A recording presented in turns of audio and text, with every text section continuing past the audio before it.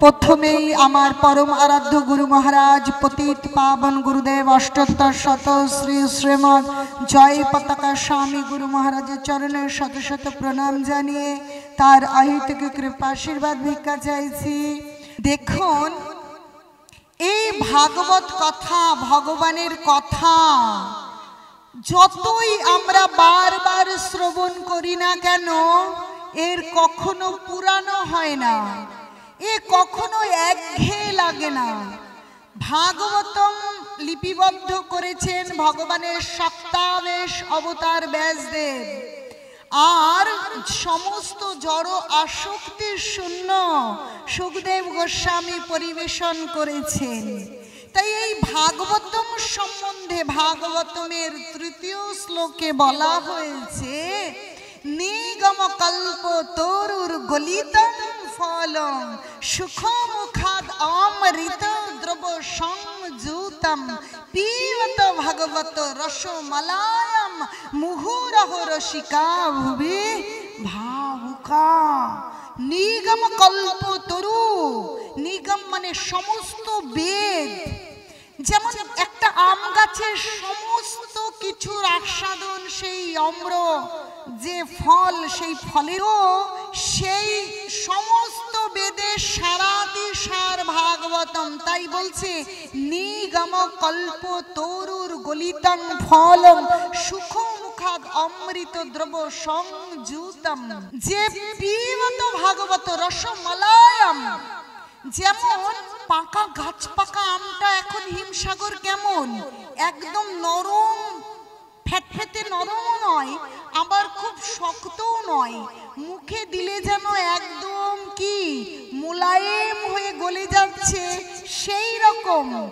কারণ সেটা সুখমুখাদ অমৃতম, একে তো সেটা অমৃত ভাগবত কথা, সেটা অমল, কারণ সেটা ভগবানের লীলা, ভক্ত কাহিনী, ভক্তের সঙ্গে ভগবান যে লীলা করেছেন সুন্দরভাবে লিপিবদ্ধ হয়ে আছে। তারপর আবার পরিবেশন করছে কে? সুখদেব গোস্বামী। আপনারা জানেন যে ফলটা একটু পাখিতে খেয়ে ফেলে সেই ফলটা একটু বেশি মিষ্টি হয়, সুখ পাখি খেয়ে গেছে। তো এই যে ভাগবতকে উপস্থাপন করেছেন কে? সুখদেব গোস্বামী। তার জড় আসক্তির শূন্য তার মুখ থেকে যখন আমরা আস্বাদন করছি, তা যেন আরো আরো মধুময় হয়ে উঠছে। সেটা কেমন? পিবত ভাগবত রসমালায়াম, যেন রসমালাইয়ের মতো। মুহুরহ রসিকা ভুবি ভাবুকা, সেটা যত মুহুর মুহুর। আবার শুনবো, আবার একবার শুনেছি 10 বার 1000 বার, কিন্তু কখনো এর পুরনো হয় না, এর স্বাদ কখনো একঘেয়ে হয় না। যতবার শুনবো ততবারই কি নব নব রূপে আমাদের আনন্দের আস্বাদন এনে দেয়।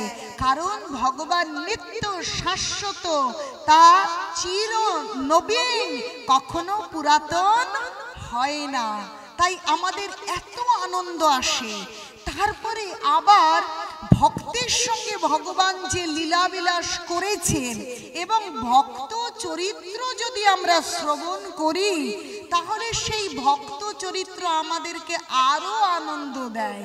এবং ভক্ত চরিত্র থেকে আমরা কি নিজেদের ভক্তি জীবনকে, নিজেদের অন্তরের ভেতরের ভক্তি প্রতি মুহূর্তে বৃদ্ধি প্রাপ্ত হয় যখন আমরা ভক্ত চরিত্র শ্রবণ করি। ভক্তের সঙ্গে ভগবান কেমন ভাবে লীলা করেছিলেন, ভক্তকে কিভাবে, দেখুন বলছে একেলা ঈশ্বর কৃষ্ণ আর সকলে তার ভৃত্য, যারে জয়ছে যারে জয়ছে নিত্য, যারে জয়ছে নাচায় সে তৈছে করে নিত্য। যাকে যেমন করে নাচায় সে তেমন করে নৃত্য করে। তাহলে ভক্তদের তিনি কিভাবে কিভাবে ঘুরিয়েছেন, কিভাবে তাদের অন্তরে আনন্দ দিয়েছেন, তিনি নিজে আস্বাদন করেছেন ভক্তের ভক্তির আনন্দ, সেটা আমরা শ্রবণ করতে পারলে খুব আনন্দ হয়। তাই আজ বুদ্ধ পূর্ণিমার দিনে আপনাদের মন্দির স্থাপন হয়েছে, 2-4 দিন আগে সেই মন্দিরে ভগবান প্রতিষ্ঠা হয়েছে। সেই ভগবানকে কেন্দ্র করে আজ ভাগবত কথার আয়োজন হয়েছে। সেই আয়োজনের প্রথম দিন। আর এই আয়োজনে যদি আমরা ভক্তলীলা শ্রবণ করি তাহলে আমাদের অন্তরের আনন্দকে কেবল বৃদ্ধি প্রাপ্ত হবে। আর আমরা কে আনন্দে আমাদের মন নেচে উঠবে, কারণ ভক্ত লীলা এতই মধুময়। তো চলুন আমরা এক অপ্রাকৃত ভক্তের লীলা কাহিনী শ্রবণ করি এবং সেই লীলা থেকে শিক্ষা নিয়ে আমরা কি করে আমাদের মানব জীবনকে ভক্তি জীবনের দিক ক্রমবর্ধিত করে আরো আনন্দময় করব, সেই শিক্ষা গ্রহণ করি। কি বলুন? নিতাই গৌর সীতানাথ প্রেমানন্দে হরে হরে বল, হরে হরে বল। দেখুন, ভগবান যুগে যুগে অবতারী হয়ে আসেন। সত্য যুগে ভগবান ছিলেন। কে কে ছিলেন সত্য যুগে? হ্যাঁ। আর ত্রেতায় রামচন্দ্র, আর দাপরে বংশীধারী কৃষ্ণ, আর কলিতে গৌরাঙ্গ মহাপ্রভু। বলছে ব্রজেন্দ্র নন্দন যেই শচীসুত হলো সেই বলরাম হইল নিতাই। তাহলে সেই নারায়ণ, রামচন্দ্র, কৃষ্ণ, গৌরাঙ্গ মহাপ্রভু অভিন্ন। তারা যুগে যুগে লীলা করেছেন, কত রূপে তারা এসেছেন, কিন্তু গৌরাঙ্গ মহাপ্রভু তিনি স্বয়ং কৃষ্ণ। রাধা কৃষ্ণ মিলিত তনু শ্রী গৌর সুন্দর এই ধরাধামে এসেছিলেন আর আমাদেরকে প্রেম ও ভক্তি দান করেছেন। যে প্রেম বিগত 3টে যুগে অধরা ছিল, বহুদিন যাবৎ যে প্রেম মানুষ পায়নি, সেই প্রেম স্বয়ং গৌরাঙ্গ মহাপ্রভু আমাদের দেবার জন্য এসেছিলেন। এসেছে কত ভাবে, কত ভক্তকে সেই প্রেম দান করেছেন অকাতরে। নিত্যানন্দ প্রভুর মধ্যে দিয়ে আরো বেশি বেশি এই জগৎকে কৃপা দান করেছেন। তো তিনি একবার যখন মালদহেতে গেছেন, আমরা এটা কোন জেলায় আছি? পূর্ব মেদিনীপুর। তো মালদহ জেলা আরো উত্তরে। মালদহ জেলাতে গৌরাঙ্গ মহাপ্রভু গেছেন বৃন্দাবন যাবেন বলে। সনাতন গোস্বামী এসেছে, তার সঙ্গে দেখা হয়েছে। কিন্তু সনাতন গোস্বামী বলছে, মহাপ্রভু এইভাবে আপনার বৃন্দাবন যেতে হবে না, কারণ এত সঙ্গী সাথী অগণিত ভক্ত নিয়ে আর সোজা পথে যখন যাবেন আপনার পেছনে অগণিত ভক্তবৃন্দ, তাহলে আপনার মনের যে উদ্দেশ্য সেই উদ্দেশ্য সফল হবে না। এখন যাবার প্রয়োজন নেই, আপনি পরে বনপথে যাবেন। তাই পরে গৌরাঙ্গ মহাপ্রভু ঝাড়খণ্ডের মানে ঝাড়খণ্ডের বনপথে গিয়েছিলেন। তো এইবার যখন তিনি মালদহে আসলেন তখন একদিন বলছে তার পার্শ্বদের, কারণ তিনি তো একা আসেননি, এই কলিতে তিনি তার পার্শ্বদ পরিজনদের সঙ্গে করে নিয়ে এসেছেন। ভাগবতম কি বলছে? যে কৃষ্ণ বর্ণ তিসা অকৃষ্ণ সঙ্গ পঙ্গুস্ত্র পার্শ্বদম যজ্ঞৈ সংকীর্তনম প্রারয় যজন্তি সুমেধাস।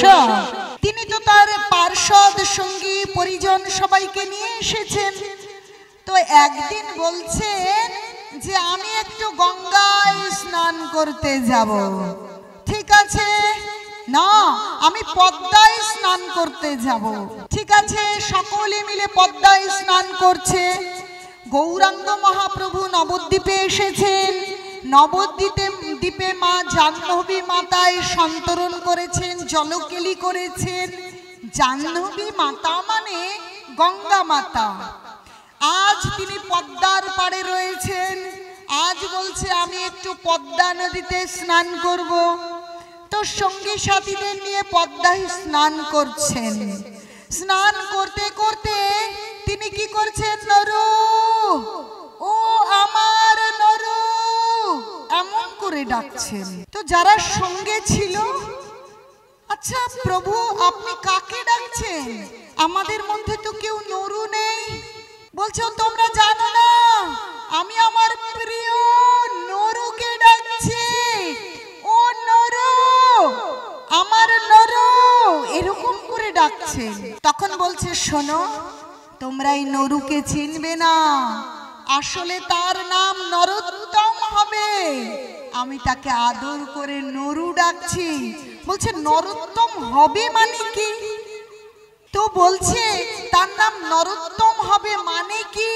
বলছে নরোত্তম হবে মানে সেই নরোত্তম এখনো এ জগতে আসেনি, সেই নরোত্তম আসবে, তিনি আমার প্রিয় ভক্ত, তাই আমি তাকে নরু নরু করে আমি তাকে আদর করে এরকম করে ডাকছি। এই শোনো, তোমরা একটু উঠে যাও তো, তোমরা একটু উঠে যাও তো, আমার একটু একটু কাজ আছে।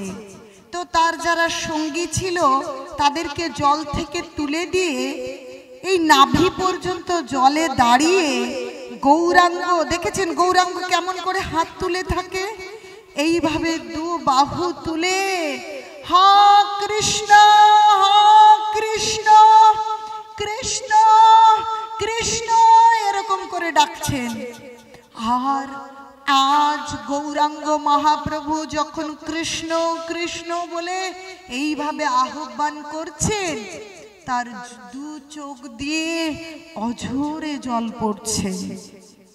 তখন সব ভক্তরা উপরে দাঁড়িয়ে আছে, জিজ্ঞাসা করছে মহাপ্রভু আপনি আমাদেরকে তুলে দিয়ে এইভাবে আপনি কৃষ্ণ কৃষ্ণ করে কেন ক্রন্দন করছেন? বলে এই কান্না দুঃখের কান্না নয়, এই কান্না আনন্দের কান্না, এই কৃষ্ণ প্রেমের জন্য এই অশ্রু জল। আসলে আমার সেই প্রিয়, আমার ভালোবাসা, আমার প্রিয় নরোত্তম দাস আসবে এই পদ্মা নদীর তীরে, তাই আমার হৃদয়ে যে কৃষ্ণ প্রেম আজ আমি এই পদ্মার কাছে রেখে যাচ্ছি, সেই কৃষ্ণ প্রেম। হা কৃষ্ণ বলছেন, আর তার চোখ দিয়ে ঝরে পড়া অশ্রু জল গঙ্গার জলের সঙ্গে মিশছে। গঙ্গা দেবীকে আহ্বান করেছে, গঙ্গা গঙ্গা আজ তোমার কাছে আমি এই প্রেম ভক্তি তোমার কাছে রেখে গেলাম গচ্ছিত। আমার নরু, আমার নরোত্তম, আমার নরোত্তম যখন তোমার কাছে আসবে তখন তুমি তাকে এই প্রেমটা দিয়ে দিও। আচ্ছা প্রভু শত শত প্রণাম, কিন্তু মহাপ্রভু আমি আপনার নরোত্তম আসবে তাকে এই প্রেম দেব, আমি জানবো কি করে যে কে আপনার নরোত্তম? আমার বুকে প্রত্যেক দিন হাজার হাজার ভক্ত বৈষ্ণব অগণিত ভক্তবৃন্দ স্নান করতে আসে, আমি কি করে জানবো যে কোনটা নরোত্তম? তাকে আপনার দেওয়া এই প্রেম আমি তাকে দেব। বলছে তুমি চিন্তা করো না, আমি তোমাকে জানিয়ে দিচ্ছি। কেমন? যেদিন আমার নরোত্তম তোমার জলকে স্পর্শ করবে, তোমার জলে যেদিন স্নান করতে আসবে আমার নরোত্তম, সেই দিন তোমার কি হবে? তোমার জল ফুলে ভেপে উঠবে। সে যে মুহূর্তে তোমার জল স্পর্শ করবে সে মুহূর্তে তোমার জলে তরঙ্গ সৃষ্টি হবে। সাধারণ জোয়ার ভাটার তরঙ্গ নয়, সে তরঙ্গ এক অন্য অনুভব এনে দেবে তোমার বুকে, তুমি বুঝতে পারবে। সেই দিন তাকে তুমি আমার এই কৃষ্ণ প্রেম তাকে দান করো। ঠিক আছে, গঙ্গা আজ রেখেছে সেই কৃষ্ণ প্রেম লুক্কায়িত। তো এইভাবে নরোত্তম দাস মহাপ্রভু মালদহ থেকে চলে গেছেন। তার অনেক পরে ওই যে মালদহ, এই পাশে পশ্চিমবঙ্গের মালদহ আর ওই পাশে রাজশাহী জেলা। তখন তো আর বাংলা ভাগ ছিল না, পশ্চিমবঙ্গ আর বাংলাদেশ একসঙ্গে ছিল। তাহলে এই পশ্চিমবঙ্গ আর বাংলাদেশ ভাগাভাগি ছিল না। এই পাশে মালদহ মুর্শিদাবাদ জেলার ওই পাশে, আর ওই পাশে হচ্ছে রাজশাহী। সেই রাজশাহীতে কৃষ্ণধন যে রাজা, সেই রাজার বাড়িতে কি হলো? রাজপুত্রের জন্ম হলো কৃষ্ণধন। সেই কৃষ্ণধনের বাড়িতে নরোত্তমের জন্ম হয়েছে। সবাই এলাকাবাসী নরোত্তমকে দেখতে যাচ্ছে। আরে রাজার ছেলে হয়েছে, আজ বড় আনন্দের কথা, রাজার ছেলে হয়েছে। ওমা যখন দেখতে গেছে, গিয়ে দেখছে কি রাজার ছেলে হয়েছে। সবাই জিজ্ঞেস করছে, আচ্ছা রাজার ছেলে কেমন দেখলে, কেমন হয়েছে? বলছে আনন্দ হয়েছে, রাজার ছেলে হয়েছে, কিন্তু রাজার ছেলে হবে একটু রাজার মতন সুন্দর দেখতে, একটু নাদুস নুদুস হবে, কিন্তু রাজার ছেলেটা বড় কালো। আরে এটা আবার কেমন কথা? কলিযুগের মানুষ আমরা যখনই কাউকে দর্শন করি তার উপরের রূপটা নিয়ে চিন্তা করি। আসলে বাইরের রূপ দিয়ে কি মানুষ চেনা যায়? বাইরের রূপটা হচ্ছে একটা খোলস, বস্ত্রের মতন। আসলে তো মানুষটা ভেতরে, তাই না? এই শরীরটা তো আসল মানুষ নয়, আসল মানুষ হচ্ছে তার ভেতর। তো ওইটা দেখেই বলছে না, মনটা ভালো নেই, রাজার ছেলে সুন্দর নাদুস নুদুস হবে তেমন তো দেখিনি। কৃষ্ণধন রাজা আজ বড় খুশি। তো কৃষ্ণধন রাজা রাজপুত্র হয়েছে। এখন রাজপুত্র হয়েছে, রাজা চিন্তা করছে যে আমার ছেলেকে খুব সুন্দর পড়াশোনা শেখাতে হবে। রাজার ছেলে হয়েছে, অতএব বিদ্যা বুদ্ধি পাণ্ডিত্য থাকবে। তাই তিনি সেই যে রাজশাহী জেলা, সেই খেতুরি গ্রাম, যে গ্রামে নরোত্তম দাসের জন্ম, সেখানে কি হয়েছে, তিনি শ্রেষ্ঠ যে পণ্ডিত, সেই পণ্ডিতকে আহ্বান করেছেন। সেই পণ্ডিতের কাছে তিনি আজ নরোত্তম দাস ঠাকুরকে পড়তে দেবেন। কারণ বিদ্যা বুদ্ধিতে উন্নত হওয়া চাই রাজার ছেলে যে। তো সেই খেতুরি গ্রাম এবং রাজশাহী জেলার শ্রেষ্ঠ পণ্ডিত ছিলেন কৃষ্ণধন পণ্ডিত, কৃষ্ণদাস পণ্ডিত। কৃষ্ণদাস পণ্ডিতের কাছে নরোত্তম দাস ঠাকুরকে পড়াশুনো করতে দিয়েছে। শ্রেষ্ঠ পণ্ডিত দেখবেন, ভালো স্কুলে ভর্তি করতে গেলে অ্যাডমিশন টেস্ট দিতে হতো, তাই না? ভালো স্কুলে পড়তে গেলে বাচ্চাদের দেখে নিত তারা বাড়িতে কতটুকু শিখেছে, তারা সেই ভালো স্কুলে পড়তে পারবে কিনা। এখন নরোত্তম দাস ঠাকুরকে যখন কৃষ্ণদাস পণ্ডিতের টোলে নিয়ে গেছে, এখন সেই কৃষ্ণদাস পণ্ডিত বলছে, আচ্ছা রাজামশাই, আপনার ছেলেকে তো আমি পড়াবো, কিন্তু একটা কথা মনে রাখুন, আমি কিন্তু আপনার ছেলেকে বিশেষ সুবিধা দান করতে পারবো না। সবাই যেমন পড়ছে আপনার ছেলেও তেমনই পড়বে, কিন্তু যদি তার মেধা থাকে তাহলে তিনি এগিয়ে যাবেন। ঠিক আছে, বলছে তাহলে একটু পরীক্ষা নিয়ে নিই যে আপনার ছেলে আসলে তার মেধাটা কেমন। এসো তো বাবা, একটু খাতা কলম ধরো তো। বাড়িতে মায়ের কাছে তুমি অ আ ক খ শিখেছো? আসলে নরোত্তম দাসের পিতা তো কৃষ্ণধন রাজা, আর মা পতিব্রতা নারায়ণী দেবী। তো মা নারায়ণী দেবীর কাছে তিনি বাল্য শিক্ষা পেয়েছে। আগে কি মায়ের কাছে বাল্য শিক্ষা পেত কি পেত না? বলছে তুমি কেমন বাল্য শিক্ষা শিখে এসেছো দেখি তো, একটু একটু খাতা কলম নাও তো, একটু ক খ, আর এই ক খ দিয়ে কি কি হয় একটু লেখো তো দেখি। তখন ছোট্ট নরোত্তম দাস লিখছেন। কি লিখছেন? বলছে কয়ে কলি যুগে শ্রীকৃষ্ণ চৈতন্য অবতার। ক্ষয়ে লিখছে খেলিবার প্রবন্ধে কইল খোল করতাল। গয়ে গড়াগড়ি যান প্রভু নিজ সংকীর্তনে, ঘরে ঘরে ঘরে হরি নাম দেন সর্বজনে। উমতে উচ্চ স্বরে কাঁদেন প্রভু জীবের লাগিয়া, জয়ে চেতন করান জীবে কৃষ্ণ নাম দিয়া। ছয়ে বলছে ছলো ছলো করে আখি নেত্রে জলধার, জয়ে জগত পবিত্র কইল গৌর কলেওর। ঝয়ে ঝলমল ঝলমল মুখ যার পূর্ণ শশী। গৌরাঙ্গ মহাপ্রভু কি ছিল? শশী মানে চন্দ্র, শত কোটি সূর্য এবং চন্দ্রের ঔজ্জ্বল্য ছিল সেই গৌরাঙ্গ মহাপ্রভুর কে মুখ চন্দ্রে। বলছি ইয়তে এমত না দেখি আর দয়ার সাগর। দেখুন করুণা সিন্ধু অবতার প্রেমের ঠাকুর। তো এইভাবে নরোত্তম দাস ঠাকুর লিখছেন। আর আমরা কি পড়েছি মনে করে দেখুন তো, কয়ে কি পড়েছি? কয়ে কাক।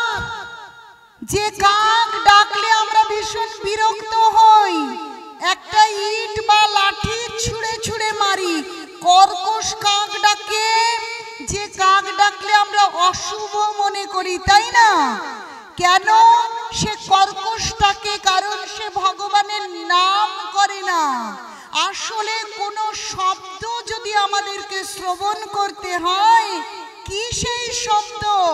হরে কৃষ্ণ হরে কৃষ্ণ কৃষ্ণ কৃষ্ণ হরে হরে, হরে রাম রাম রাম হরে হরে।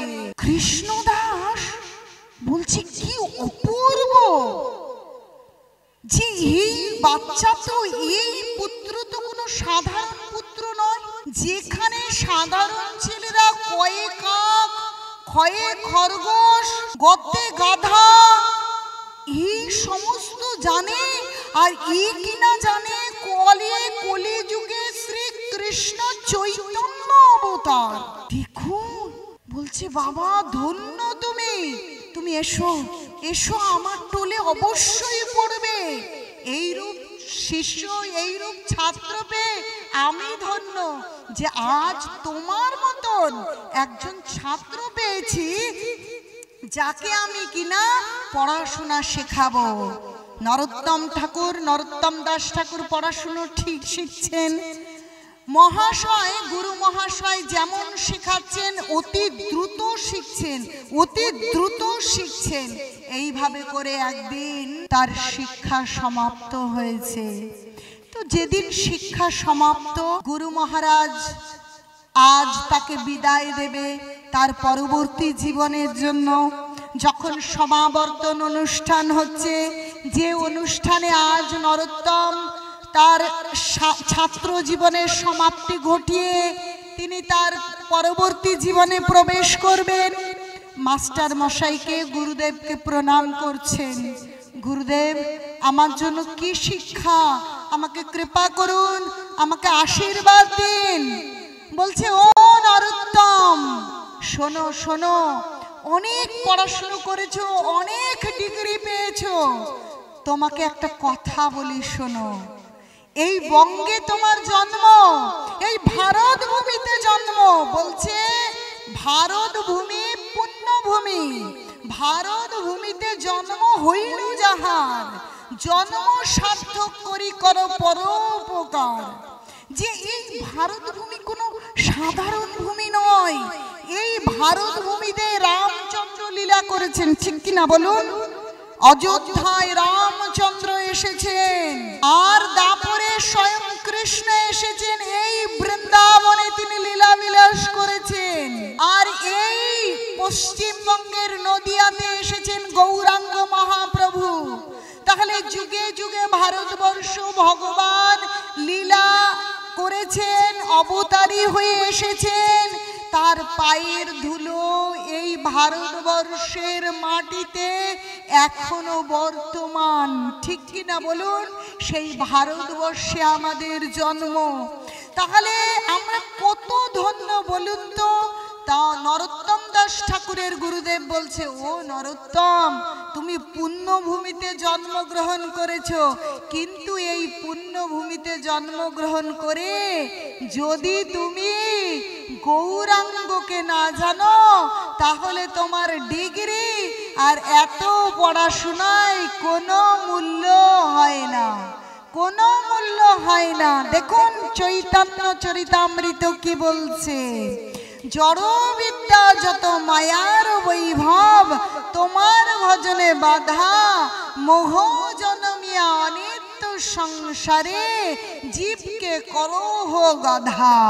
বলছে যে বিদ্যা ভগবানকে জানায় না, যে বিদ্যায় বিদ্যার্থী ভগবানের চরণে সমর্পিত হয় না, সে বিদ্যা কেবল ভার বহনকারী পশুতে পরিণত করে। পশু কি করে? কেবল ভার বহন করে, তাই তো? গাধা তো কেবল ভার বহন করে।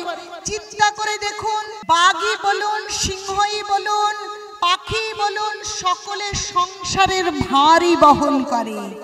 একটা পাখি আছে অনেক দূর সেই মরুভূমি থেকে সাগরে শিকার করতে আসে, কোন একটা মাছ শিকার করে হাজার হাজার মাইল উড়ে যায়, তার বাচ্চাকে নিয়ে গিয়ে খাওয়ায়, তার জীবনের ঝুঁকি নিয়ে তার বাচ্চাকে নিয়ে গিয়ে তার ভরণ পোষণ করে। একটা বাঘও করে, একটা সিংহও করে। আমরাই মানব জীবন পেয়ে আমরাও সন্তান সন্ততি সংসারের ভরণ পোষণ করি, তাহলে একটা পশু পাখি কীট পতঙ্গ সেই ভরণ পোষণ করে সন্তানের, আমরাও যদি সেই সন্তান সন্ততির ভরণ পোষণ করি, সংসার করি, টাকা রোজগার করে সবকিছু কিনে আনি, এই কাজই করি, তাহলে তো একই হলো, আমরা ভার বহনকারী পশু পাখির মতনই রইলাম। তাহলে আমরা যে এত শ্রেষ্ঠ মানব দেহ পেলাম, তাহলে এখানে শ্রেষ্ঠত্ব কোথায়? এখানে শ্রেষ্ঠত্ব যে আমরা পশু পাখি জীবনে কখনো ভগবানের নাম করতে পারিনি, কখনো প্রকৃত ধর্ম করতে পারিনি, আর যখন মানব জীবন পেলাম তখন আমরা প্রকৃত ধর্ম করবার সুযোগ পেলাম। তাই আমাদের মানব জীবনটা ধন্য হবে যদি আমরা ভগবানের চরণে সমর্পিত হই।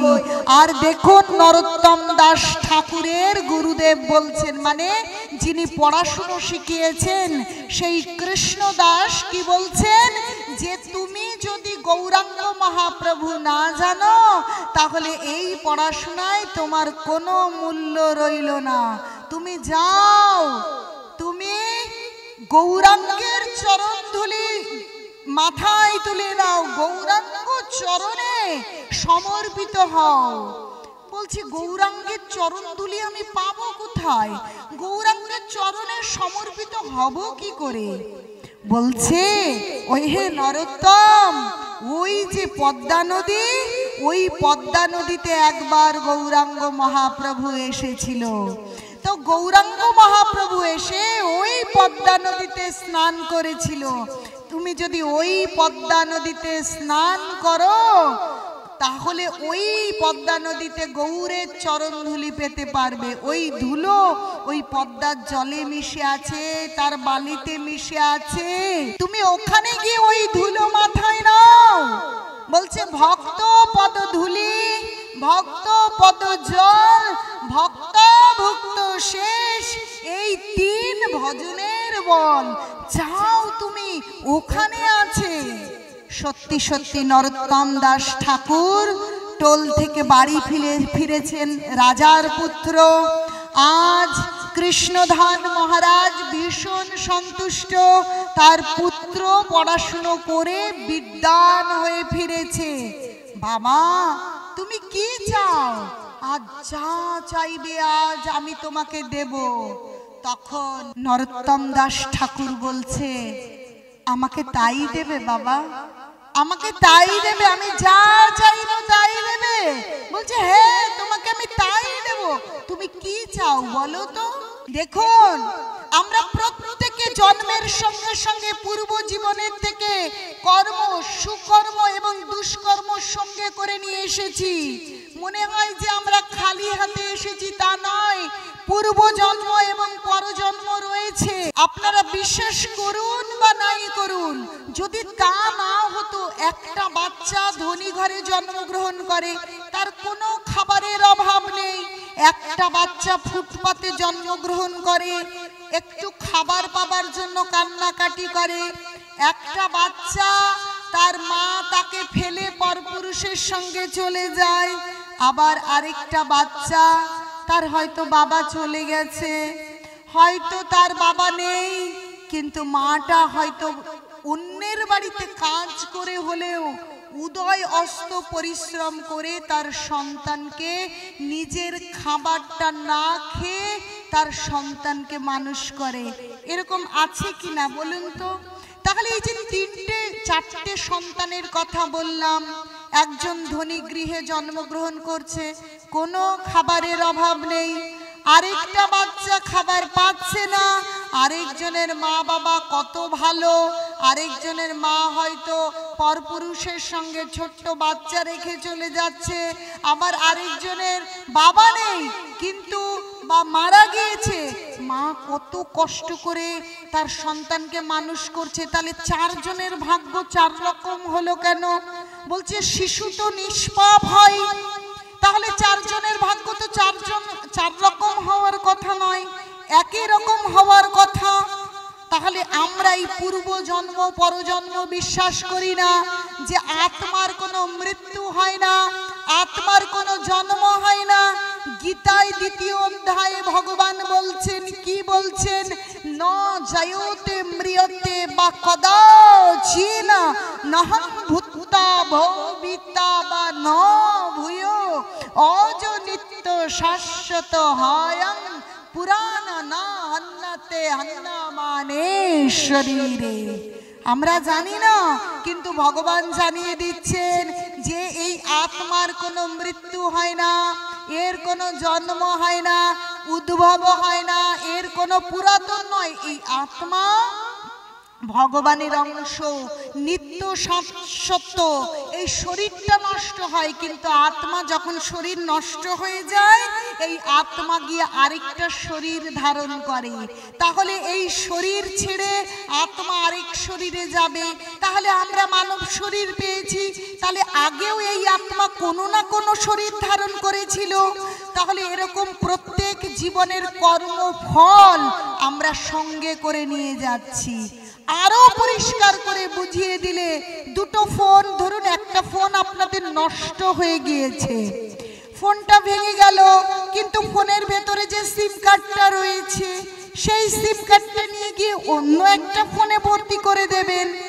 এই ফোনে যা যা বিষয় ছিল ওই নতুন ফোনে যাবে কি যাবে না? সেই রকম আমাদের এই আত্মাটা এই শরীরে রয়েছে, এই শরীরটা ভেঙে যাবে, তখন আত্মাটা গিয়ে আরেকটা শরীর ধারণ করবে। যখন আরেকটা শরীর ধারণ করবে, তখন এই শরীর থেকে সুকর্মের ফল, দুষ্কর্মের ফল সঙ্গে করে নিয়ে চলে যাবে। যেমন বাতাস যেখান দিয়ে আসে, ধরুন রজনীগন্ধার পাশ দিয়ে আসছে, রজনীগন্ধার গন্ধ সঙ্গে করে নিয়ে আসে কিনা, সেই রূপ আমাদের আত্মা পূর্ব জন্মের প্রারব্ধ নিয়ে আসে। তাই দেখুন, আজ নরোত্তম দাস ঠাকুর সেই রাজার গৃহে রাজপুত্র হয়েছেন। তার বাবা বলছেন যে তুমি আজ কি চাও? এত ভালো পড়াশুনো করেছেন, বাবা ভীষণ সন্তুষ্ট, তুমি যা চাইবে তাই দেব। তো নরোত্তম বলছে, তুমি যা চাইবে তাই দেবে? আমি কি চাই বাবা? আমি চাই পদ্মা নদীতে স্নান করতে যাব। হ্যাঁ, শুধুমাত্র তুমি নদীতে স্নান করতে, তুমি যা চাইবে তাই দেব। আর তুমি শুধুমাত্র নদীতে স্নান করতে যেতে চাইছো? এই কে কোথায় আছো মন্ত্রীবর্গ? শিগগিরই দোলা হাতি সব নিয়ে এসো। না না বাবা, না না, আমি পালকি করে যাব না, আমি হাতি করে যাব না, তাহলে ঘোড়ায় করে যাও। না বাবা, আমি ঘোড়ায় করেও যাব না। আমাকে তুমি বলেছো আমি যা চাইবো তুমি তাই দেবে, তাহলে আমি যা চাই তুমি আমাকে তাই দাও। আমি গড়াগড়ি দিয়ে ওই পদ্মা নদীতে যাব আজ। কেন রে বাবা, তুই আজ গড়াগড়ি দিয়ে যেতে চাইছিস কেন? বলছে বাবা, বলছে দিনের অধিক দয়া করেন ভগবান, কুলীন মানেন পণ্ডিতের বড়ই অভিমান। বলছে যিনি দিন, যিনি নিচু, যে দিন মানে যিনি দরিদ্র, তাকে ভগবান অধিক কৃপা করেন। আর যার মান, কুলীন মানেন যে মানের গৌরবে, যশের গৌরবে অহংকার মদে মত্ত, তাকে ভগবান কখনো কৃপা করে না। তুমি জানো আমি পদ্মা নদীতে কি করতে যাব? আমি কৃষ্ণ প্রেম আনতে যাব, আমি গৌরের চরণ তলে করিয়ে আনতে যাব। আচ্ছা বাবা, তুমি কি জানো জল কোন দিকে যায়? জল সব সময় নিচুর দিকে যায়। তাই আমি নিচু হয়ে একদম ঘাসের মতন হয়ে ধুলো মাখতে মাখতে গড়াগড়ি দিতে দিতে আমি আজ গৌরের চরণ ধুলি আনতে যাব। নিতাই গৌর সীতানাথ প্রেমানন্দে হরে হরে বল, হরে হরে বল। আজ গড়াগড়ি দিতে দিতে নরোত্তম দাস ঠাকুর চলেছেন গঙ্গা যমুনা নদীতে, গড়াগড়ি পদ্মা নদীতে। গড়াগড়ি দিতে দিতে যখন পদ্মার কাছে এসেছেন, তখন গিয়ে জানেন ওরকম করে স্নান করে না। আমরা অনেকেই আছি জানি না কি করে স্নান করতে হয়, তীর্থে স্নান করতে হয়, কৃপা চেয়ে নিতে হয় অন্যের কাছ থেকে। আগে গিয়েই খানিকটা জল মাথায় দিতে হয়, প্রণাম করতে হয়। আজ গড়াগড়ি দিয়ে নরোত্তম ঠাকুর গিয়ে পদ্মাকে প্রণাম করছে, মা পদ্মা তুমি এই সন্তানকে কৃপা করো। আমি তোমার আমি এখানে গৌরের চরণ ধুলি আছে তোমার কাছে, তোমার কাছে সেই গৌরের চরণ ধুলি ভিক্ষা করতে এসেছি। মাগো আমাকে সেই গৌরের চরণ ধুলি দাও। এই বলে এক ক্রোশ জল নিয়ে যেই মাথায় দিয়েছে, যখনই পদ্মাকে স্পর্শ করেছে, পদ্মার বুক কি ফুলে ফেপে উঠেছে। জোয়ার আসলেও এতটা ফুলে ফেপে ওঠে না, আজ পদ্মার জল এতটা ফুলে উঠেছে। আর এত ফুলে গেছে, যেমন আপনারা পুরীতে গেছেন, জলের ঢেউগুলো, তোড়গুলো কত বড়, আমাদেরকে ঠেলে ঠেলে ভেতরের দিকে নিয়ে যায় কি যায় না। এমন জলের স্রোতে নরোত্তম দাস ঠাকুরকে এক ঢেউয়ে গভীর জলের মধ্যে নিয়ে গেছে। গভীর জলের মধ্যে গিয়ে শান্ত পরিবেশে নরোত্তম দাস ঠাকুর দেখছে যেন এক কোন স্নিগ্ধ শান্ত আলোয় এসেছে। সেখানে দেবী পদ্মাসনে বসে রয়েছেন। দেখেই বলছে কে আপনি? বলছে আমি পদ্মা নদী। বলছে ও মা, আপনি আবার কথাও বলেন, আপনি পদ্মা নদী, আপনি আমার সাথে কথা বলছেন? আমি সবার সাথে কথা বলি না বাবা, তোমার মতন ভক্ত তুমি সাধারণ কেউ নও, তুমি নরোত্তম, তুমি নরশ্রেষ্ঠ। বলছে যে যিনি ভগবানের ভজনা করে না সে হচ্ছে মূঢ়, আর যিনি ভগবানের ভজনা করেন তিনি হচ্ছেন নরোত্তম, মানে নরশ্রেষ্ঠ। তুমি নরোত্তম, তাই তোমার সঙ্গে আমি কথা বলি। বলছে মা, আমি তো এসেছি মহাপ্রভুর চরণ ধুলি নিতে। বলছে চরণ ধুলি তো সবাইকে দেই, এখানে গৌর এসেছে, স্বয়ং ভগবান স্নান করেছে, তার পায়ের ধুলো, তার পা এই জলকে স্পর্শ করেছে, এখানে ধুলো স্পর্শ করেছে।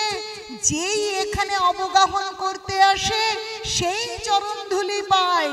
কিন্তু ওই হে নরোত্তম, তোমার জন্য চরণ ধুলির থেকেও অনেক বেশি কিছু আছে। ও নরোত্তম, আজ আমি তোমাকে সেই বস্তু দেব। কি আছে? কি দেবে তুমি মা আমাকে? বলছে জানো না, গৌরের যে কৃষ্ণ প্রেম গৌরের হৃদয়ে, গৌর সেই প্রেমকে তার চোখের জল করে বের করে আমার জলে তিনি সঞ্চিত রেখেছে। এতদিন সেই কৃষ্ণ প্রেমে আমি ধনী হয়েছিলাম, আর আজকে সেই ধন আমি তোমাকে দেব। বলছে যে ধনে হইয়া ধনী মনির না মানমণি। যে ধনে ধনী হলে আর কে মনিও কি তার কাছে মূল্যবান থাকে না। আমরা মনে করি টাকা পয়সা সোনা হীরা জহরত সম্পদ জমি জায়গা মূল্যবান বস্তু, কিন্তু প্রকৃত মূল্যবান বস্তু তা নয়। প্রকৃত ধন হচ্ছে কি? হরে কৃষ্ণ কৃষ্ণ কৃষ্ণ হরে হরে, হরে রাম রাম রাম হরে হরে। সেই ভগবানের নাম, ভগবানের ভক্তি, সেই প্রেম ভক্তি হচ্ছে সর্বশ্রেষ্ঠ সম্পদ। আমাকে তোমাকে সেই সম্পদ দেব। বলছে কিন্তু বাবা, এতদিন গৌরের সেই কৃষ্ণ প্রেম আমার কাছে ছিল, কিন্তু আজ তোমাকে কৃষ্ণ প্রেম দিয়ে দেব, কিন্তু আমি তো কৃষ্ণ প্রেমের কাঙাল হয়ে যাব বাবা। বলছে না না মা, তুমি কি বলছো? কৃষ্ণ প্রেম দিয়ে দিলে কখনো কাঙাল হয় না। তুমি জানো না, বিদ্যা দিয়ে দিলে সেই বিদ্যা কি কখনো কমে? বিদ্যা উত্তর উত্তর বৃদ্ধি পায়। তো কৃষ্ণ প্রেম এমন জিনিস, বলছে যেই নাম সেই কৃষ্ণ, নাম আর কৃষ্ণ অভিন্ন। তো সেই নাম হচ্ছে আর কৃষ্ণ অভিন্ন, আর স্বয়ং কৃষ্ণ পূর্ণ বস্তু। সেই পূর্ণ বস্তু তো কখনো কমে না মা।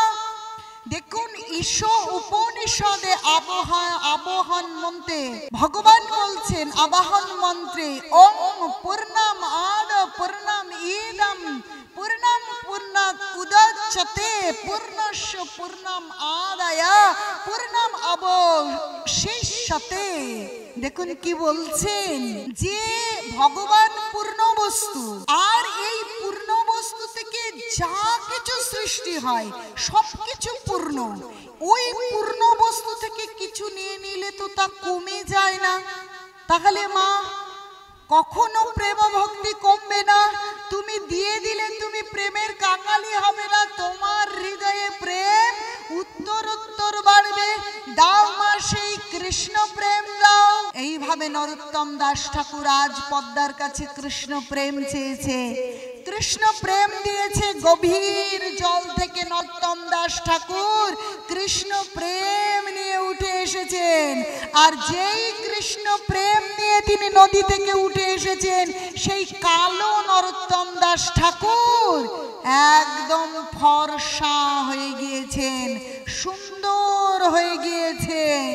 বাড়িতে আসছে, যে তার সঙ্গী সাথী ছিল, সঙ্গী সাথীদের বলেছে কিন্তু তোমরা দূরে থেকো, আমার সঙ্গে গঙ্গার কাছে পদ্মার নদীর কাছে কিন্তু যাবে না।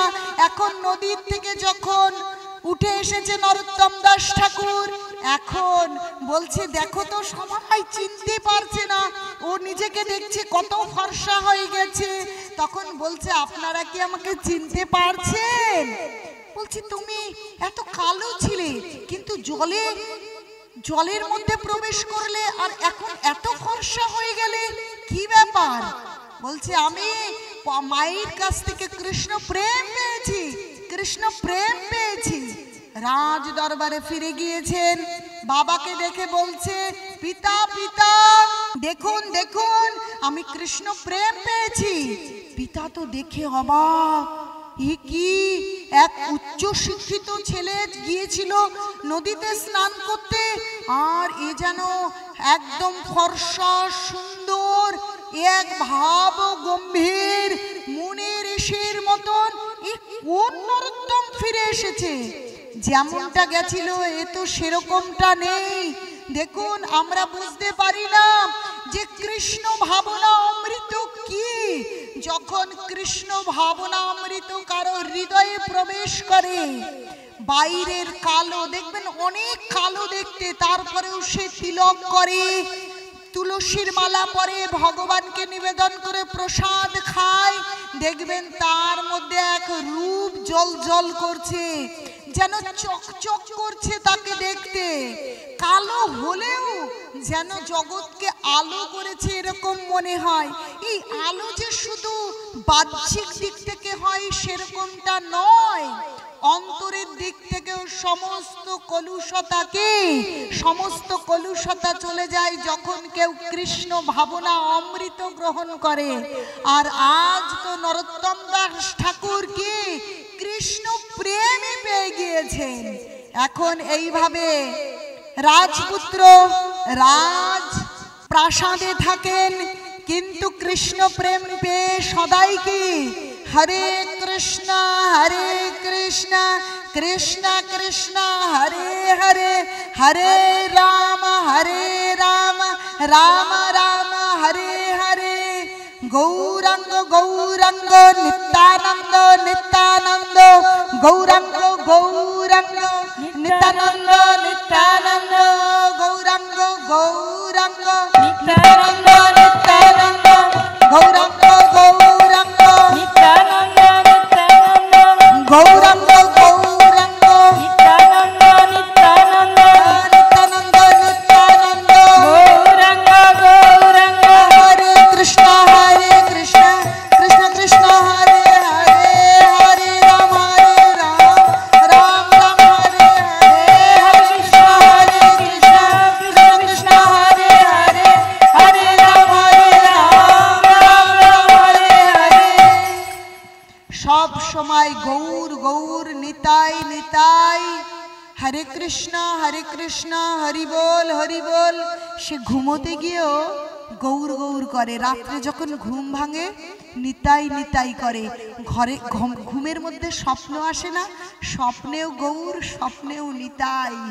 কি এক আনন্দ, যেন আনন্দের সাগরে পদ্মা নদীর জল যেমন এরকম করে জোয়ার ভাটায় খেলে, তেমনি আজ নরোত্তম দাস ঠাকুরের প্রাণে কৃষ্ণ ভাবনার কি জোয়ার খেলছে। ঘুমিয়ে ঘুমিয়ে স্বপ্ন দেখছেন নিত্যানন্দ প্রভু এসে ও নরোত্তম নরোত্তম ডাকছেন। নরোত্তম শোভন করতে পারছেন, বলছে ও নরোত্তম তুমি আর এখানে আছো কি করতে? কৃষ্ণ প্রেম পেয়ে কেউ রাজপ্রাসাদে থাকে না, যে কৃষ্ণ প্রেমের মালিক যাও সেখানে যাও, তুমি বৃন্দাবনে যাও, গোপী আনুগত্যে ভজন করো। বলছে গোপী আনুগত্য বিনা কৃষ্ণ প্রেম নাহি হয়, যাও তুমি বৃন্দাবনে। এই স্বপ্ন দেখে নরোত্তম দাস ঠাকুর বসে ভাবছেন, তাই তো আমাকে তো বৃন্দাবন যেতে হবে, আমাকে নিতাই ডেকেছে। বলছে নিতাই হলেন সদ্গুরুর আদি গুরু, সমস্ত সদ্গুরুদেব এসেছেন নিত্যানন্দের কাছ থেকে। তো সেই নিত্যানন্দ আজ নির্দেশ দিয়েছে যে নরোত্তম তুমি বৃন্দাবন আসো। তাই মাঝ রাত্রে কাউকে কিছু না বলে, বাবাকে মাকে প্রণাম করে খালি পায়ে আজকে তাই নিতাই গৌর গৌর করতে করতে চলেছেন কোথায়? নরোত্তম বৃন্দাবনে। কখনো হাঁটছেন, কখনো দৌড়াচ্ছেন। কোথা থেকে? সেই রাজশাহী জেলা, সেই খেতুরি গ্রাম থেকে। সেখান থেকে সে কখনো পাহাড়, কখনো জঙ্গল, কোনো দিকে ভ্রুক্ষেপ নেই, পায়ে খালি পায়ে কাটা ফুটেছে না ব্যথা লাগছে, তার কোনো দিকে ভ্রুক্ষেপ নেই। তার মন আজ কোথায়? তার মন আজ ভগবানের চরণে। যেমন ধনুক থেকে বাণ ছিলামুক্ত হলে তাকে আর ফেরানো যায় না, আজ নরোত্তম দাস ঠাকুর সেই ধনুক থেকে ছিলামুক্ত হয়েছে। তিনি যাবেন কোথায়? ভগবানের চরণে। তাই কোনো প্রতিকূলতা, কোনো বাধা বিঘ্ন তাকে বিচলিত করছেন না। তিনি দৌড়ে চলছেন, না আহার, না নিদ্রা, না দিন, না রাত, চলছেন চলছেন। 3 দিন এইভাবে দৌড়তে দৌড়তে ক্লান্ত হয়ে যেখানে অচৈতন্য হয়ে পড়ে গেছেন, সেখানে যখন চেতনা এসেছে, দেখছে একজন বৃদ্ধ বৈষ্ণব তাকে কোলে নিয়ে বসে মাথায় আদর করে দিচ্ছেন। নরু, ও নরু, এরকম করে মাথায় যেমন ছোট্ট ছেলেকে তার মা কোলে নিয়ে কি করে, আদর করে না, এইভাবে আদর করছে। আর গরম দুধ হাতে নিয়ে বলছে, ও নরোত্তম, একটু দুধ খা বাবা, একটু দুধ খা। আরে তুই এতদিন এইভাবে দৌড়লে, না খেয়ে না দে কেউ বৃন্দাবন যেতে পারে? আমি খাবো না, আমি খাবো না, আমি বৃন্দাবনে যাব। আরে বাবা, তুমি বৃন্দাবনে যাবে, তোমার শরীর টিকবে, তারপরে না তুমি বৃন্দাবনে যাবে। একটু দুধ খাও সোনা লক্ষ্মীটি, একটু দুধ খাও। এইভাবে হাত বুলিয়ে দুধ খাইয়ে দিয়েছে। নরোত্তম রাজার ছেলে দুধ, মাখন, ঘি অনেক খেয়েছে, কিন্তু আজ এই দুধটুকু খেয়েছে যেন এক অমৃত। এ কি খেলাম, এমন স্বাদের দুধ তো আর কখনো খাইনি। দুধটা খেয়েছে কিছু সময়ের জন্য, তিনি বিভোর হয়ে সেই স্বাদটা, যে এরকম দুধ তো আর খাইনি। তো ওই ব্রাহ্মণ বৈষ্ণব বলছে, ও নরোত্তম, এইবার তুমি শান্ত হয়েছ, একটু দুধ খেয়েছ, এইবার তোমার শরীরে শক্তি এসেছে, এইবার যাও যাও, তুমি এইবার বৃন্দাবনে যাও।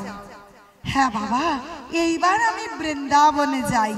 এই বলে তিনি আবার দৌড়তে শুরু করেছেন, বৃন্দাবনে যাব, আমি বৃন্দাবনে যাব। দেখুন, বৃন্দাবনে যাব, খাওয়া নেই, নাওয়া নেই, ঘুম নেই, বৃন্দাবনে যাব, আসলে ভগবানের কাছে যাব। আমাদের এই মানব জীবনের উদ্দেশ্যেও সেই বৃন্দাবনে যাওয়া। বৃন্দাবন মানে যে শুধুমাত্র ওই উত্তরাখণ্ডে যে বৃন্দাবন নামক ভূখণ্ড, বৃন্দাবন ওখানে গেলেই বৃন্দাবন, ওটা তো আসলে বৃন্দাবন ভগবানের লীলাভূমি। ভগবান ওখানে লীলা করেছেন।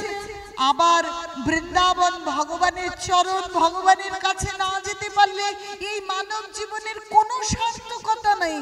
তাই এই মানব জীবনের শ্রেষ্ঠ উদ্দেশ্য হচ্ছে ভগবানের চরণ, বৃন্দাবনে যাওয়া। আমাদের সেটার দিকে কোনো ভ্রুক্ষেপ নেই। আমরা কেবল আহার, নিদ্রা, ভয়, মৈথুন নিয়ে আমাদের জীবনের মূল্যবান সময় নষ্ট করে দিচ্ছি।